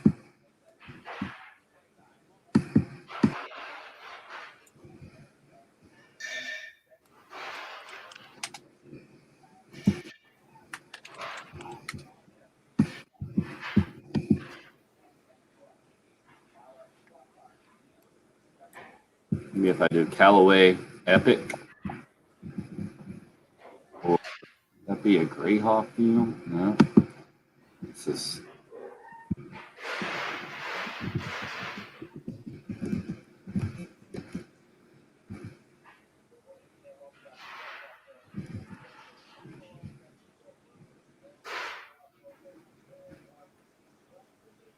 Epic 7s? No. It's not looking like that's the model of it at all.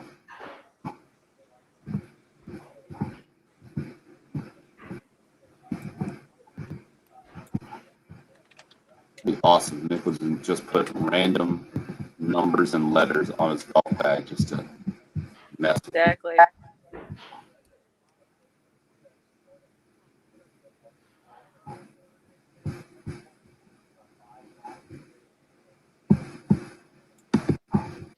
It's going to be Mickelson I-670.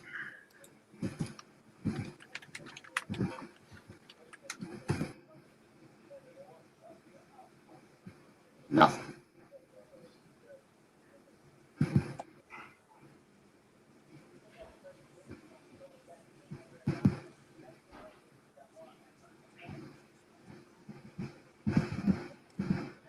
It's a mystery.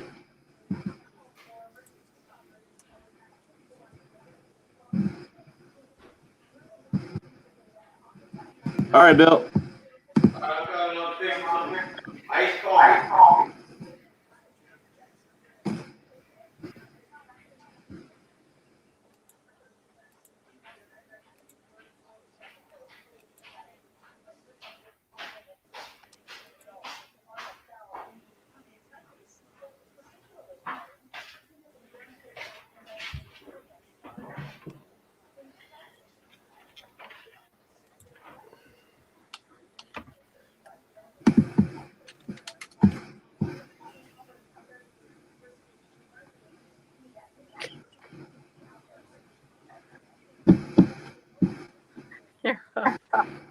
What a great, wide-ranging day so far here. Thanks for making us part of your Tuesday morning here. Tim Hill, Bill Gunter, Jen Jensen. Driving you through. Bill's got some new iced coffee ready to go here in hour number 3. Is as energetic and peppy as we've seen him now, having bounced back, I think, fully from the trip to Kiowa Island on Sunday. Yeah, a good night of sleep. I was, like I said, watched the first period of Tampa Bay and Florida in hockey last night. Tampa Bay got up 1-0. I think the young kid was 20, Tim. And I'm trying to put myself, this is the weird thing now. The goalie for Florida, the Panthers, it was his fourth or fifth. It was his 5th appearance, and I can't remember if it was his 3rd start, and he had made another one. But he was 20 years old. He was just playing at Boston College a few years ago. They put him in an elimination game against Tampa Bay. Tampa Bay scores within the first 45 seconds, and then he throws a shutout. or stops. I don't know. I call it but he goes out and then he stops Tampa Bay for the remainder of the game, gives up a goal within the first 45 seconds. But I went to bed after the first period. I was just tired walking the ocean course on Sunday and getting back in around 1 a.m. Sunday night, Monday morning. So I was pretty worn out. But I think last night was the start of some hockey playoffs. I'm excited. Anytime you give me live sporting events during the day, I get pretty excited. I don't think you've given the full schedule, so let me do that real quick here. For those of you who have a TV in your office and you're kind of like me, if you have a television in your office and you just want to flip on and have it on in the background today, SEC baseball tournament gets underway. First game today, Kentucky and Florida will play at 10:30 this morning. All these games are on the SEC network. So Kentucky and Florida, SEC network. Winner of that game will move on to face Mississippi State. Obviously, we've talked about it. 2 o'clock today, Alabama, South Carolina. That one you can hear right here on 107.5 The Game. You can also have it on television there if you want to watch it live. 5:30 this afternoon, LSU and Georgia. And then the night game, which, Tim, we are all – it feels like it was a South Carolina tradition to play that 9 o'clock game that doesn't actually start until sometime around 10 or 10:30, and we're all just dragging. But the night game, Auburn versus Mississippi today at 9 o'clock, slated for 9 o'clock Eastern time tonight. So that schedule again, Kentucky, Florida will kick off the day. Alabama, South Carolina, LSU, Georgia, and Auburn, Mississippi is your schedule for SEC baseball. I got to admit, a little Tuesday night action. I think I've already determined. Kids and I will pick up some salmon, do some salmon, maybe some vegetables, some asparagus and sweet peppers, and maybe either a risotto or some quinoa, and have a nice little day of it because I've kind of flipped the calendar now. And I think I'm going to go NHL playoff mode instead of NBA playoff mode. It's more when I see fans now. New York Knicks a little bit different. They had 15,000 there in MSG the other night, and I think they play again tonight. I haven't looked at the NBA schedule for tonight, but when you give me fans, and I watched Florida, the Panthers, and Tampa Bay last night, it's just more entertaining seeing that excitement and having been there at the Ocean Course on Sunday, being part of that mob that they had. It was fun. It was energetic. It was entertaining. It felt real. And we've talked a lot about it, getting sports at this time of the year, getting back into rhythm, counting down the days. Jen, you did this for me the other day. I think was it last Thursday or Friday? You told me it's like 106 days until the start of college football. So we're probably right around 102, 103 now, 101, somewhere in that area. The countdown for that and getting full capacity stadiums, getting big football games that we can get fired up about. I think though, Tim, it's going to lead me to more of a hockey playoff mindset than it is NBA playoffs. Okay, got you. That game 2 for Knicks Hawks is Wednesday night. Tonight it's Celtics Nets is the early game on TNT at 7:30. Lakers Suns 10 o'clock. In that second game on TNT. NBA TV has the Mavericks and Clippers there. I'm not big on either one of those. I'd rather watch regular season baseball. Certainly rather watch some postseason college baseball. I'm hoping this morning, I mentioned we had a wide-ranging show, right? And if you're in on the Gamecocks today, you need to know it's single elimination today. The winners will move into the double elimination portion tomorrow with the top 4 seeds that have gotten byes. You also need to know Gamecock baseball a bit banged up. Going with C.J. Weens on the mound, the midweek starter recently, who's done a pretty good job in his last couple of starts after Jack Mahoney went down with Tommy John surgery. Braylon Wimmer, George Khalil, Brandon Malone, all banged up. Day-to-day, I think, is how Mark Kingston put it last night. Be surprised to see Malone in the lineup. Less surprised to see the other 2 guys in tonight.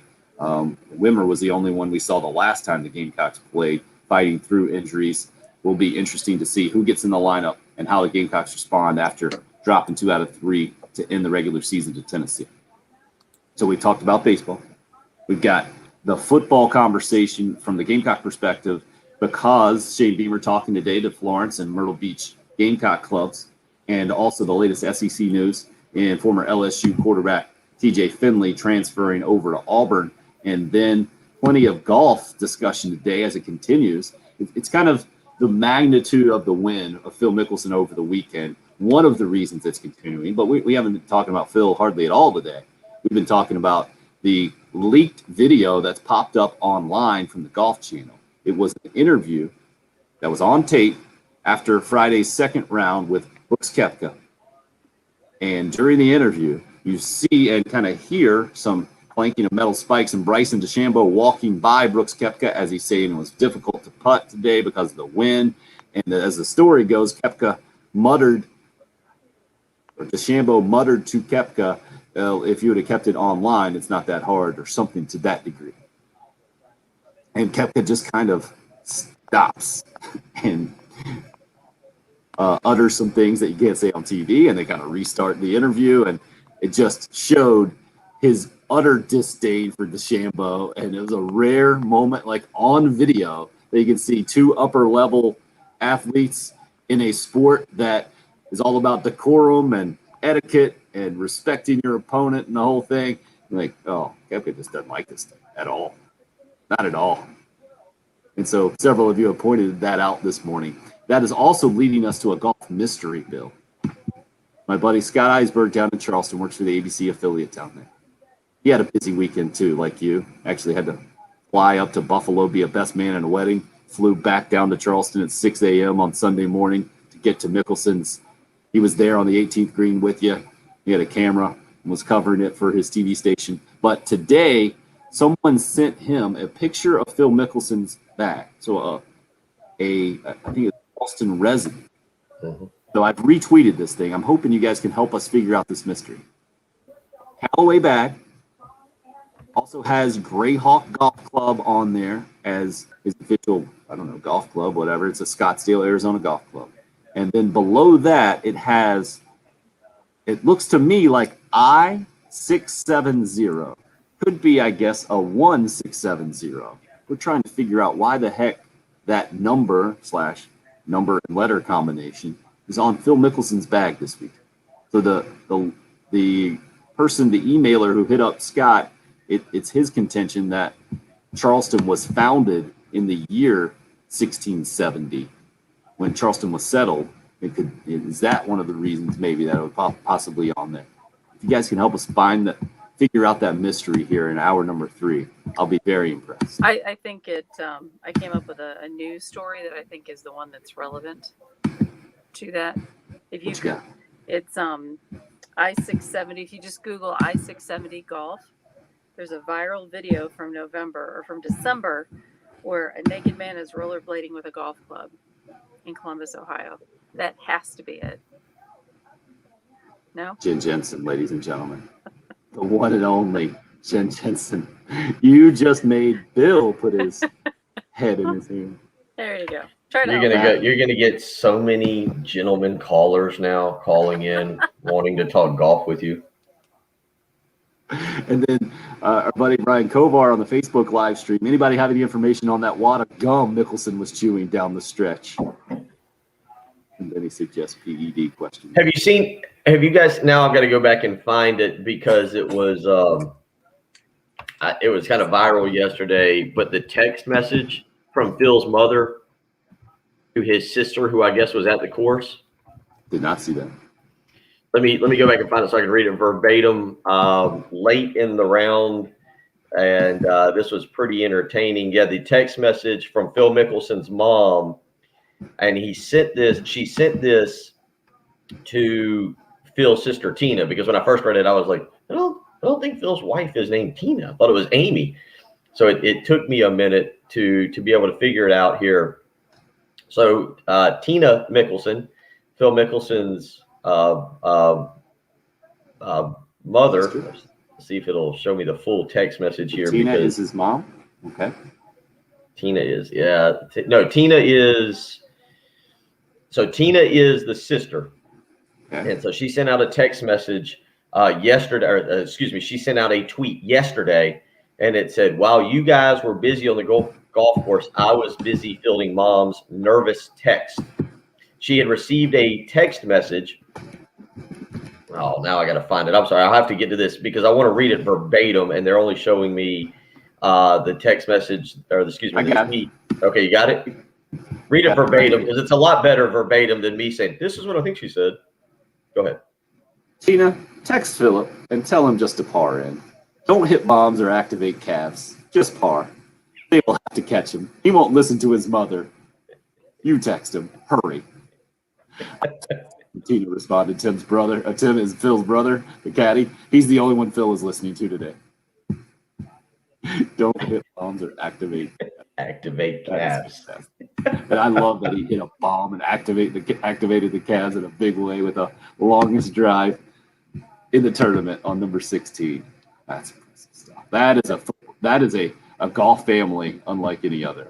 Well, and you've heard, and we were driving. Dad and my father and I were driving back from the tournament on Sunday night. He had the Sirius XM channel on, and so we were listening to the PGA channel, and they were doing the.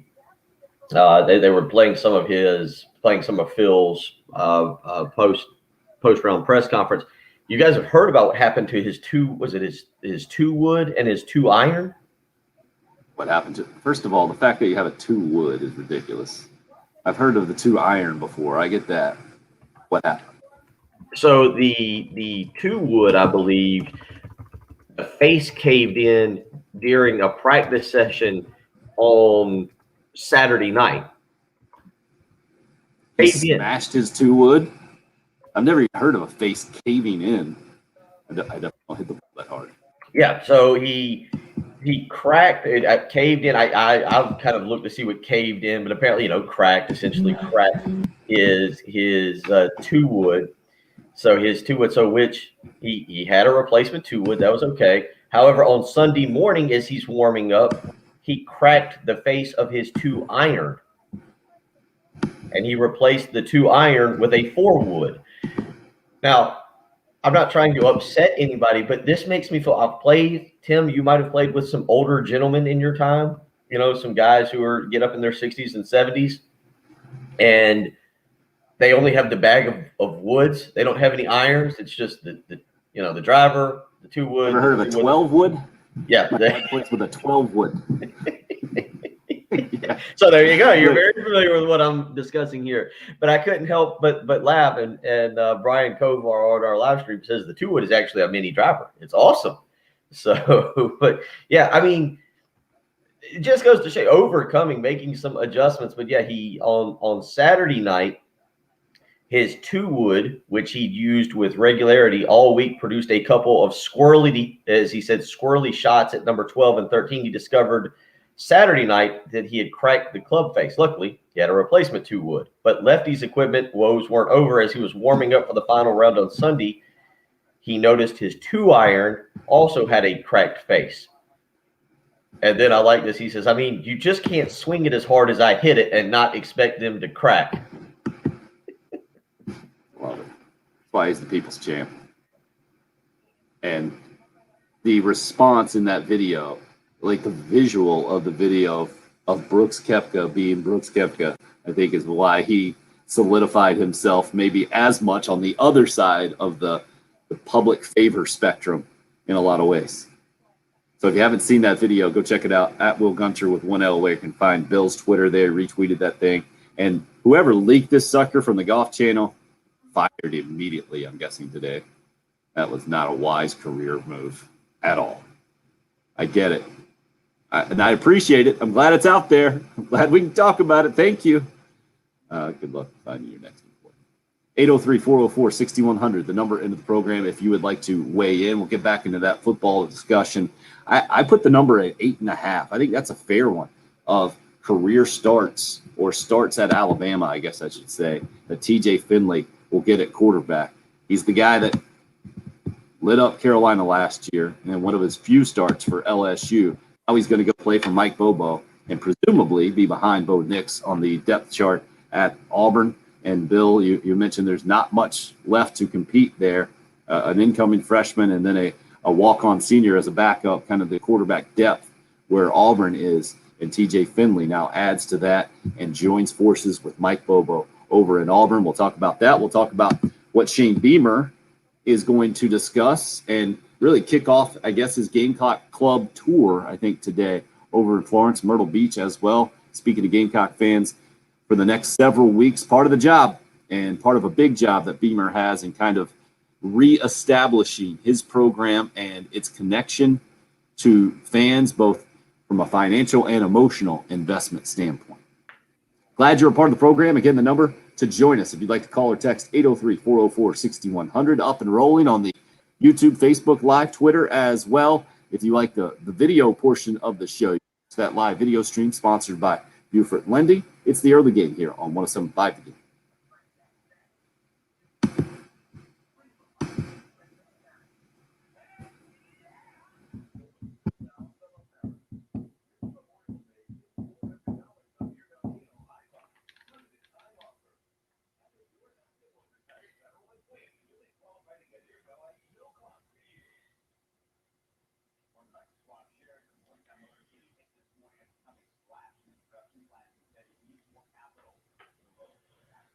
Whew, it's May 25th. It's not even June. It's not even July. It's not August. You know those really dog days of summer. It's only May 25th. Yesterday, I walked outside. I went and got in my car. It was like 90 some odd degrees. Ran an errand, came back home, and you know what? Walked in, and it felt great in my house. The air conditioner was working perfectly. Actually took a nap. It felt so good. I just laid down, took a nap in the nice, cool air conditioning house that I have. You know why I felt comfortable with that? I use Roy and Dana Finley, my really good friends, and they'll be yours too. Trust me, with the Columbia Summer Heat on the way, they will definitely be your friends. AAA Heating and Air, 803-677-1500. Don't wait any longer. Call them today. Tell them Bill Gunner told you to call because you need your heating and air unit checked, specifically your air unit. It's going to be an incredibly hot summer. If we're already playing around in the mid 90s now, imagine what it's going to be like in July and August. You don't want to wait until those hot days, until your air conditioner goes out. Call AAA Heating and Air. Family run business. They're going to treat you like family. They didn't know me. They just came out and inspected my unit, fell in love with them, wanted to work with them. They are phenomenal. I want to tell you about using them because let me tell you something. Your air conditioner goes out in your house, you're going to be miserable. More importantly, your family's going to be miserable. Give AAA Heating and Air a call today, 803-677-1500. If there's an issue, if you need a new unit, they are going to take care of you. AAA Heating and Air will take care of you. They'll offer you a $1,500 rebate on your old unit. They'll take that away. Then they'll work with you to make sure you can afford a new unit. We know that money's tight right now. You always can't just step out, write that check for a brand new air conditioning unit. What AAA Heating and Air will do, they'll offer you no money down and 0% financing for a brand new heating and air unit. That's why I love them. That's why I believe in them.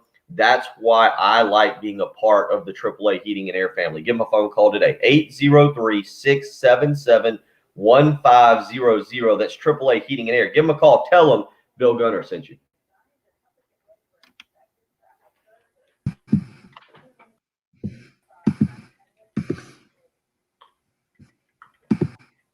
Sorry if I missed that tremendous endorsement there. I just got a text from my dad. You misstated. It's a 9-wood, not a 12-wood. I would appreciate a redeeming remark so all your listeners know I would not hit such a high number wood. Let's see if I can get this in for you. We need a correction. Nope, we do not. So I sent him back a picture, and I'll try to show it to you real quick. Oh, wait, let me come back. Oh, no, let's see. Let's put it up. I got to do it like this.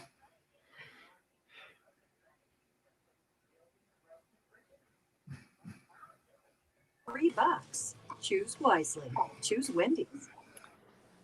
About Phil's bag, that does make sense because we were looking up kind of what the bags were that they were using this weekend, and it was interesting, all of the different kind of appointments to the bag to, make it custom to South Carolina.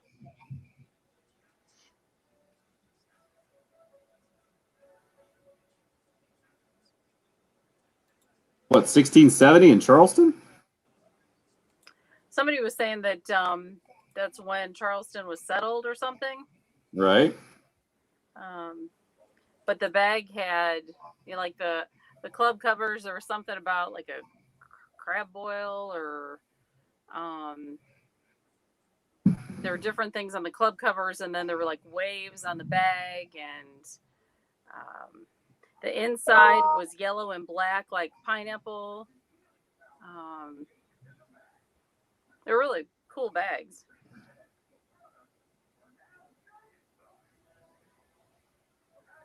So that was somebody's guess. That it was because it was the year that Charleston was settled. Right. Yeah, head covers had sea turtles, lighthouses. Yeah. Right. I think I've got the picture now sent. I think I can pop it up for everyone to see.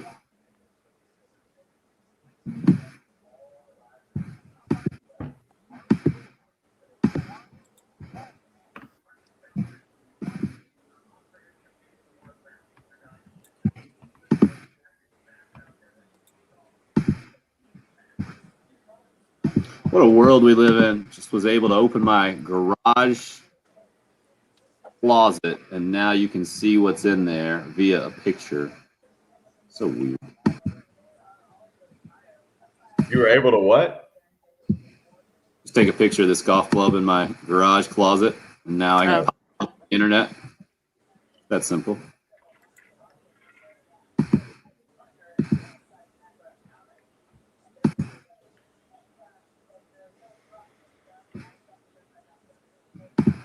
There you go. Oh, is that his? Yeah, that's so Nice. Oh, good. How about the 31.5?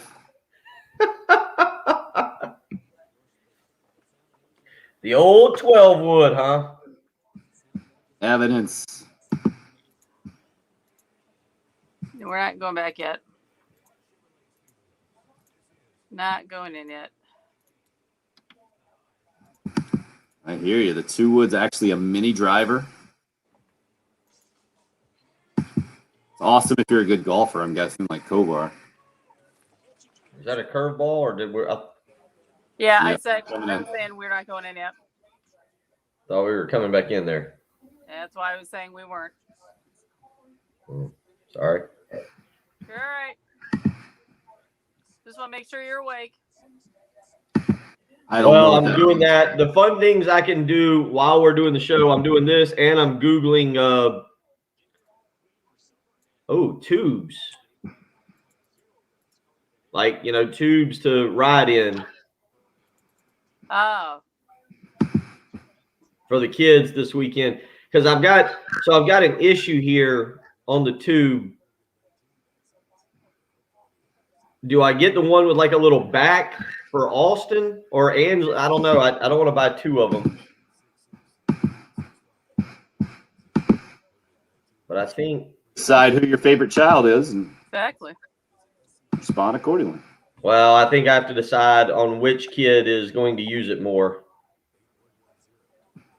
But this one looks like a good deal. Looks like it was marked down $50.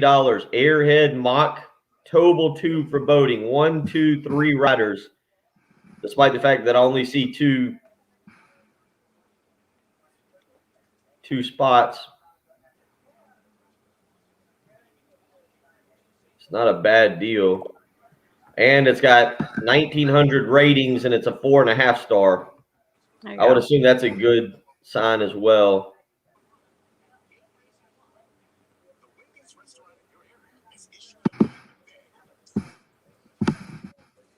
Oh, and it shows a semi-adult in there as well. So that'd be you. Exactly. That's what I'm saying. I'm sorry, an adult larger than me in there. I meant more the emotional part of You should some. really be very careful about what you say. One day I'm going to snap on you.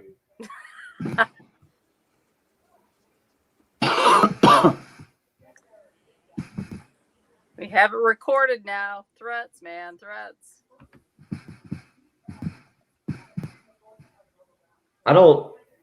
Ansley's very Yeah, 15 seconds. Ansley's very cautious about receiving text messages at school, whereas I'm one of those people. I feel like I should text her. Well, I'll see her after school today. I don't know why I feel the need to text her.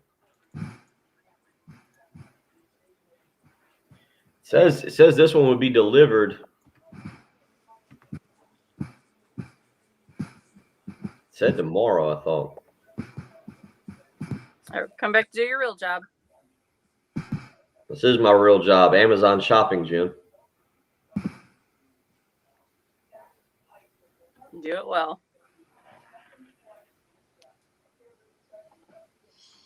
All right, you guys are up.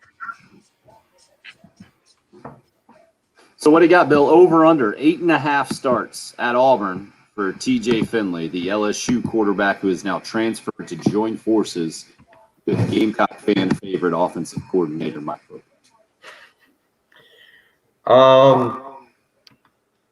I would take over, man. I think that he spends the year basically learning the system under Bo Nix. And then if you just look at their quarterback depth chart, and Demetrius Davis committed to Gus Malzahn last May. He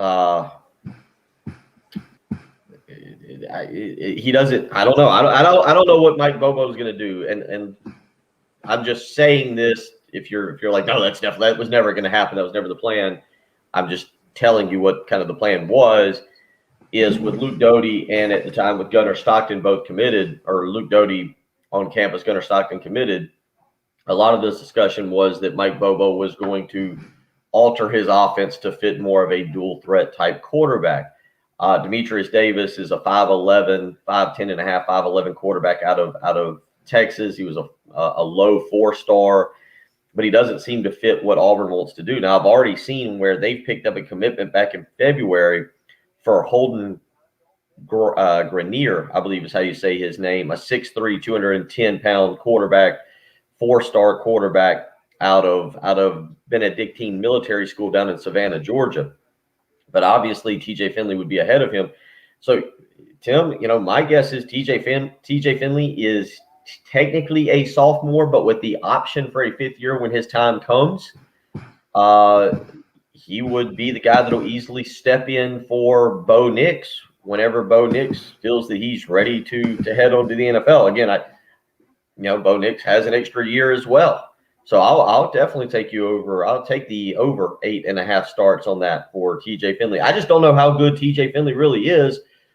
Count me in the group of people that like one really good start against South Carolina doesn't really tell me that he's necessarily the guy to come in and that Auburn's really going to trust. For all we know, what could be interesting is if Bo Nix gets hurt or is obviously not very good this year and doesn't progress.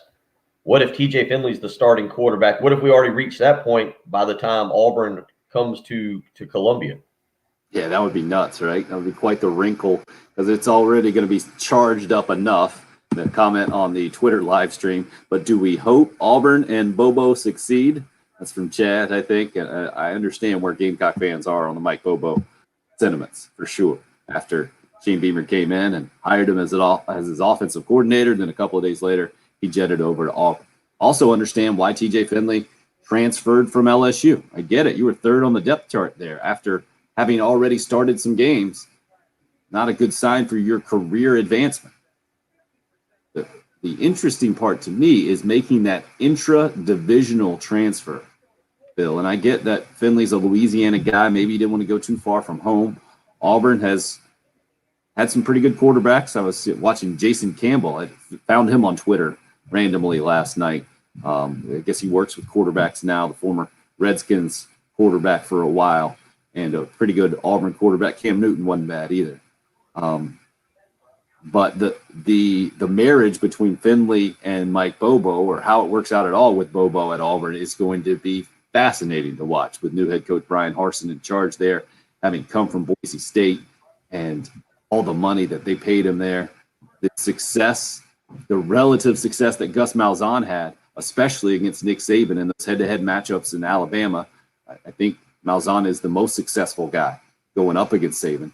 Not successful enough to keep his job, obviously, but also what he does at Central Florida now, while watching that Auburn program evolve into, I mean, is there a more I don't know what the word even is to put it. Notable, maybe? Is there a more notable offensive coordinator in the SEC in the last couple of decades than Mike Bobo?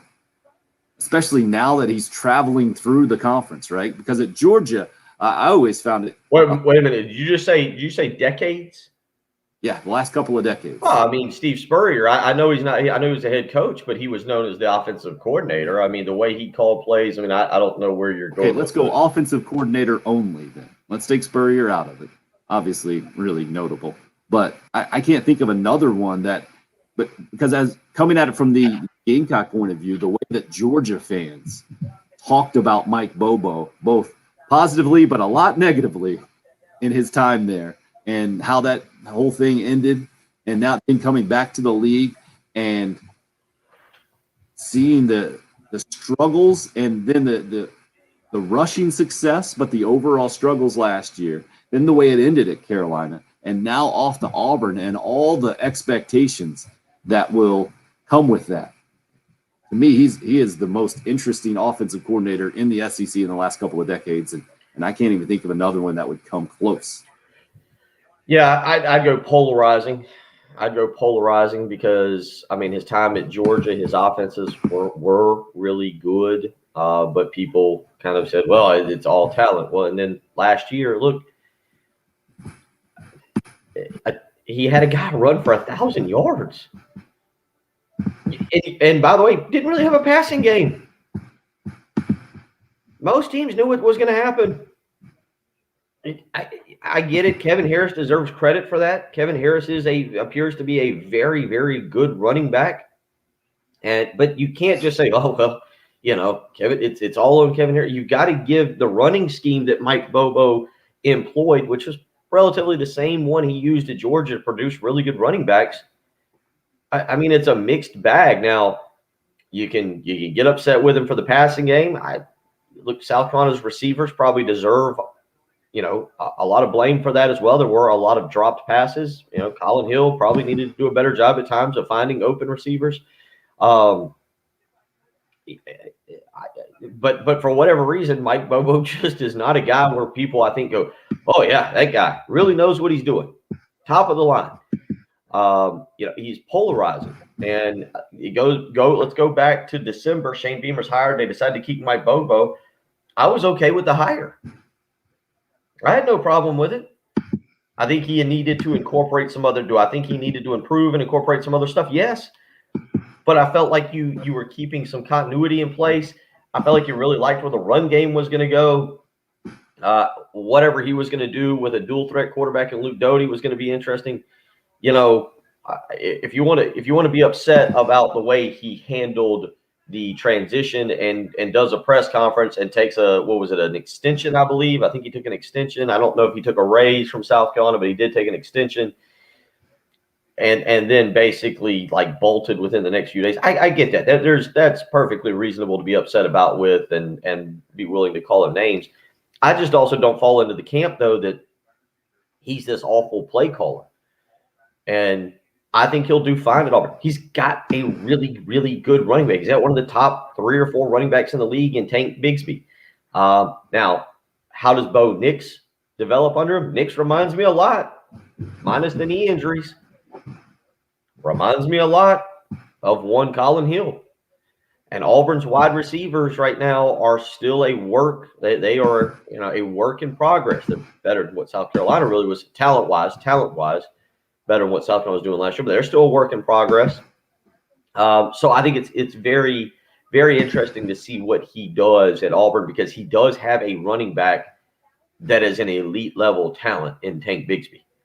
And he can build an offense around Bigsby. Now, how much do you take off of Bo Nix or how much can he improve Bo Nix? Patrick was the one that pointed it out multiple times last year. Bo Nix on the road versus Bo Nix at home is 2 entirely different guys, right? Yeah, it's almost like a basketball team, I feel like is where we see it the most, right? Good at home and not so good on the road. Yeah. Never heard of a quarterback having a bunch of success only at home and not on the road like Bo Nix has. Yeah, the numbers back that up big time. I mean, interesting to see how people are backing up your term of Bobo as polarizing. Ted, Cool Care Heating and Air text line. Bobo's the opposite of polarizing, Ted says. He's bland. then the other responses would disagree with that. I think would prove otherwise. RL on the YouTube live stream. Mike Bobo is a legitimately good offensive coordinator. On the Cool Care Heating and Air text line, Justin says Bobo deserves zero credit for Kevin Harris last season. Bobo was an enigma. All right. I think Hold just on, backs hold up on. my point, Hold Bill, on. that I he's just the most wanna- interesting offensive coordinator. I just want to go. Does Ted know what polarizing means? You know. Yeah, Polarizing is the two answers. Dynamic, that we got. right? Wait, two answers. That polarizing means you don't know. Bland is fine. His Ted's description of bland is perfectly fine because that's what polarizing though means. You have people on one side that like him and think he's okay, and people on the other side that don't think he's okay. Right. Like I'm not saying he's maybe because he's bland, he is so polarized. because you're right. What was the one I see? Justin said he deserves zero credit for Harris last season. You can't do that. I don't understand. What do you mean he deserves zero credit for Kevin Harris? He was the one who implemented the run game. It doesn't matter how good you are. If you say you'll stay, then you don't. You lose credibility, and that's where Gamecock fans are with Mike Bobo, right? That was I mean that's fine. The staying thing is fine. I don't think. I mean, if you're saying Mike Bobo deserves zero credit for Kevin Harris, then you also are saying that Mike Bobo deserves zero blame for the offense as a whole. You can't say, well, the guy who had success had nothing to do with the coordinator, but the offense that wasn't good had complete to do with it. It doesn't work that way. Mike Bobo's got a track. He's got a track record of successful running backs. Kevin Harris was another one of those guys. Like if Kevin Harris, I don't know, but again, he's got proven numbers in the SEC. That's factual. That's there. You have 1,000-yard rusher in an offense for South Carolina whose offense wasn't good. That's there. His Georgia offenses were fine. Now, again, Ted comes back on the live stream and says, who loves Bobo and thinks he's great? Well, again, that's the polarizing part. That's what polarizing means. We're not discussing his Keep reading the style of text, offense. Bill. Okay. Ted's text continues. He says, who loves Bobo and thinks he's great? Who hates Bobo and thinks he's awful? Zero people in both groups. I don't think Ted's ever talked to people. I think there are plenty of Georgia. Most of them are in the awful category, but there's some of them that think he's great. Well, no. 2 years ago, they were begging for him back. That's what I mean. And now Auburn clearly thinks he's pretty great to pay him a bunch of money and to make him Brian Harson's offensive coordinator. And there are plenty of people who just like Bobo and think he's awful that are South Carolina fans as well. I agree with polarizing. Maybe not the most polarizing guy. Will and Irmo says he is a good coordinator. His problem is he cares about himself, not a loyal person. He's a retread. Certainly. Well, comment. And that too. And just to go to Ted's point, RL, or as Ted said, who thinks it? Well, RL says he's a legitimately good OC. You just read another text who said it's back and forth. And interesting polarizing. Now, is he a good offensive coordinator? If Ted wants to say, well, he's bland, that part I'm not going to argue. That's perfectly fine. I'm not arguing whether he's bland or not. I think he's an interesting guy.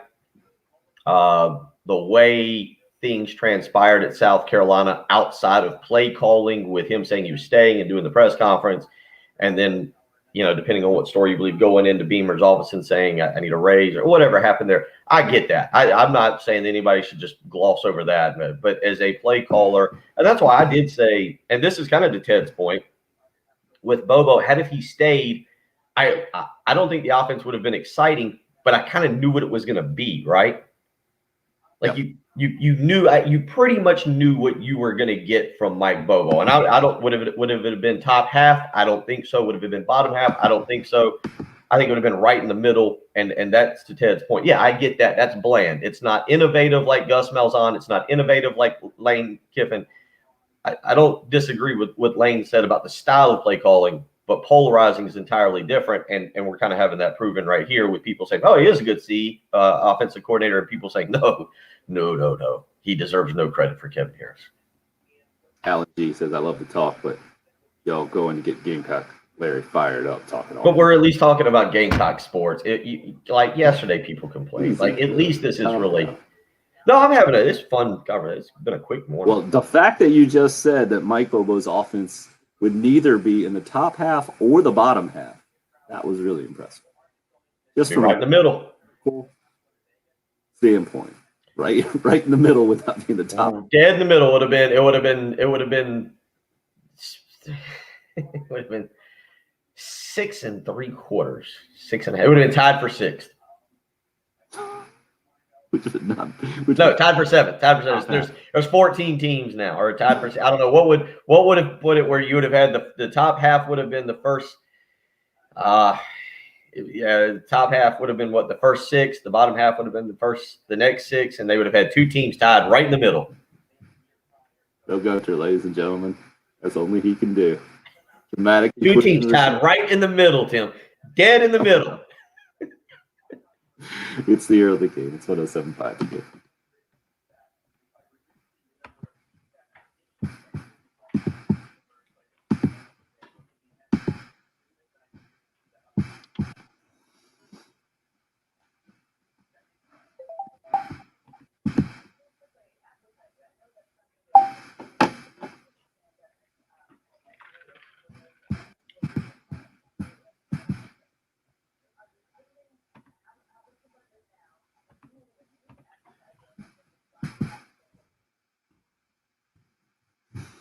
Our buddy's back. The only person that could hear this conversation and respond this way. Bobo went to a better program. Seriously, if I just start responding like, are you going to be upset if I just start responding like cheesecake? Yes, I am. You will be upset? Yes. Ignore the trolls. I'm trying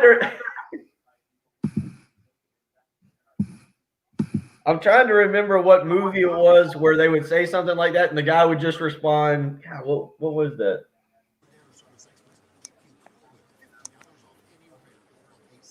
He would just respond nonsense. Cheesecake's pretty good. I mean, that's what I just want to respond. That was just words like motor oil. Yeah, Mark. Bigsby is already getting the preseason hype for sure.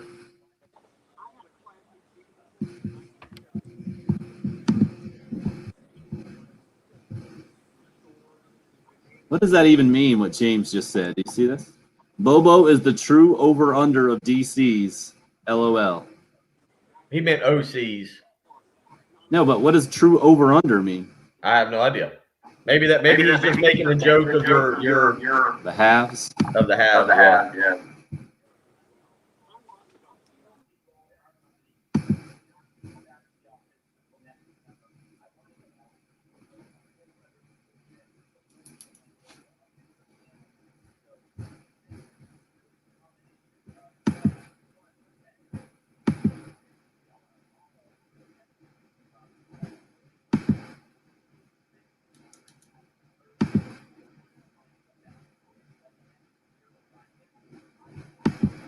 People. Wow. So, what I've realized here in the next several months, if we ever want to get people going, all we have to do is say 2 words in Mike Bobo, and there you go.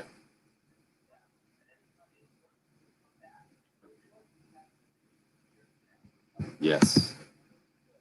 Respect there, Damon. Respect.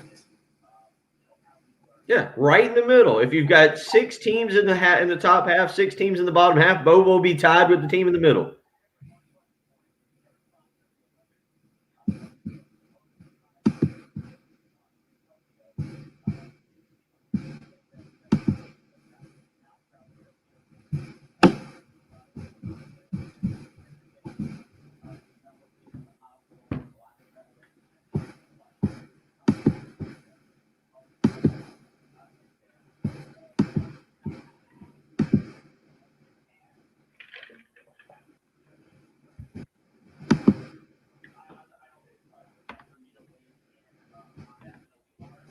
You know you're a legendary caller when people are already anticipating how you respond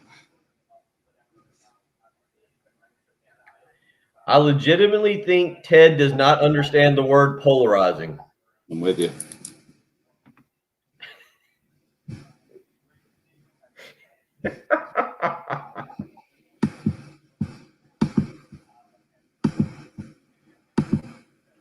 Or Ted had so much of the pandemic he just checked out for the last 5 months.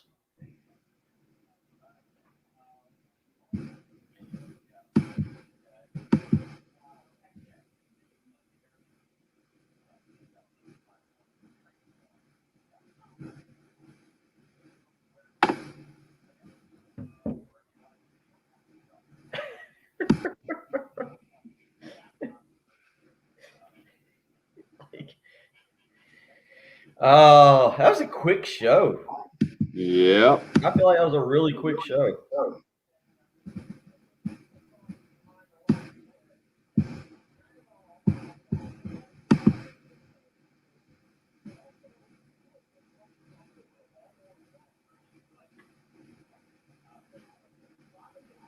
Felt good though, because it's not nice to talk about. It's all I do is talk about people. I'm a people watcher. Go to bars and just watch people.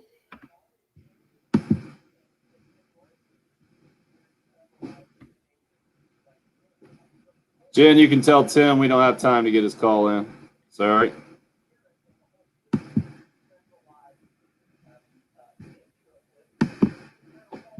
It'd be awesome if you did, Damon, but I wouldn't put my money on it.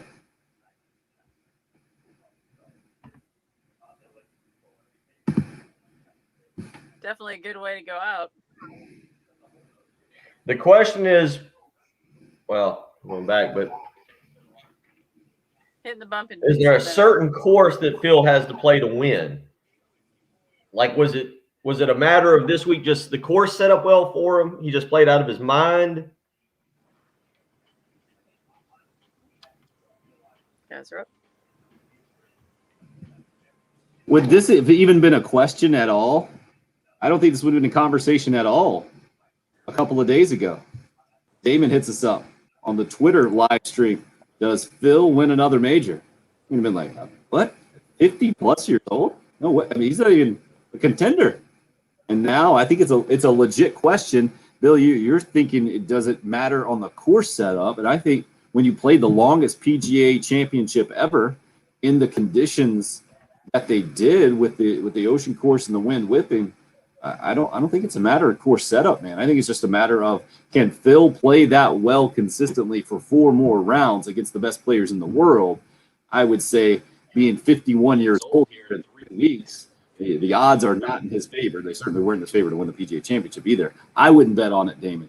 But I understand if you do, I would love to see it. Don't get me wrong. What about you, Bill?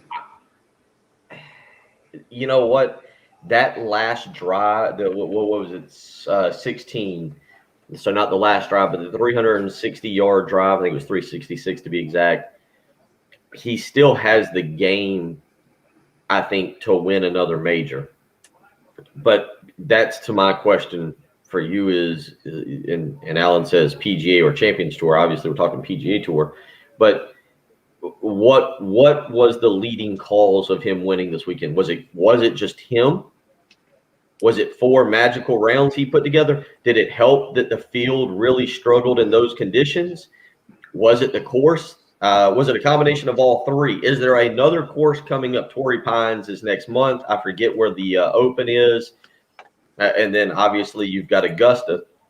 I can't see him winning another major. I just think because you play that course every year, some of the other guys are becoming more accustomed to playing at it. But when you switch courses, when you constantly go to different courses for the PGA, the US, and the British, and you're not accustomed, some of these younger guys are not accustomed to the courses, and they've got to adjust maybe to winds or greens. And Phil's played now for 30 years. You see the video yesterday of him at 20. He's got the experience. If you made me make a bet, I would say no, but I wouldn't be surprised if he wins one more in the next 2 years. Golf, college football, college baseball. Don't forget, 1:15 coverage starts at Carolina today. taking on Alabama at the SEC tournament. The postseason is here for baseball. How about that? Where'd the spring go? Thanks for listening to the early game here on 107.5 The Game. Dan Patrick Show coming up next.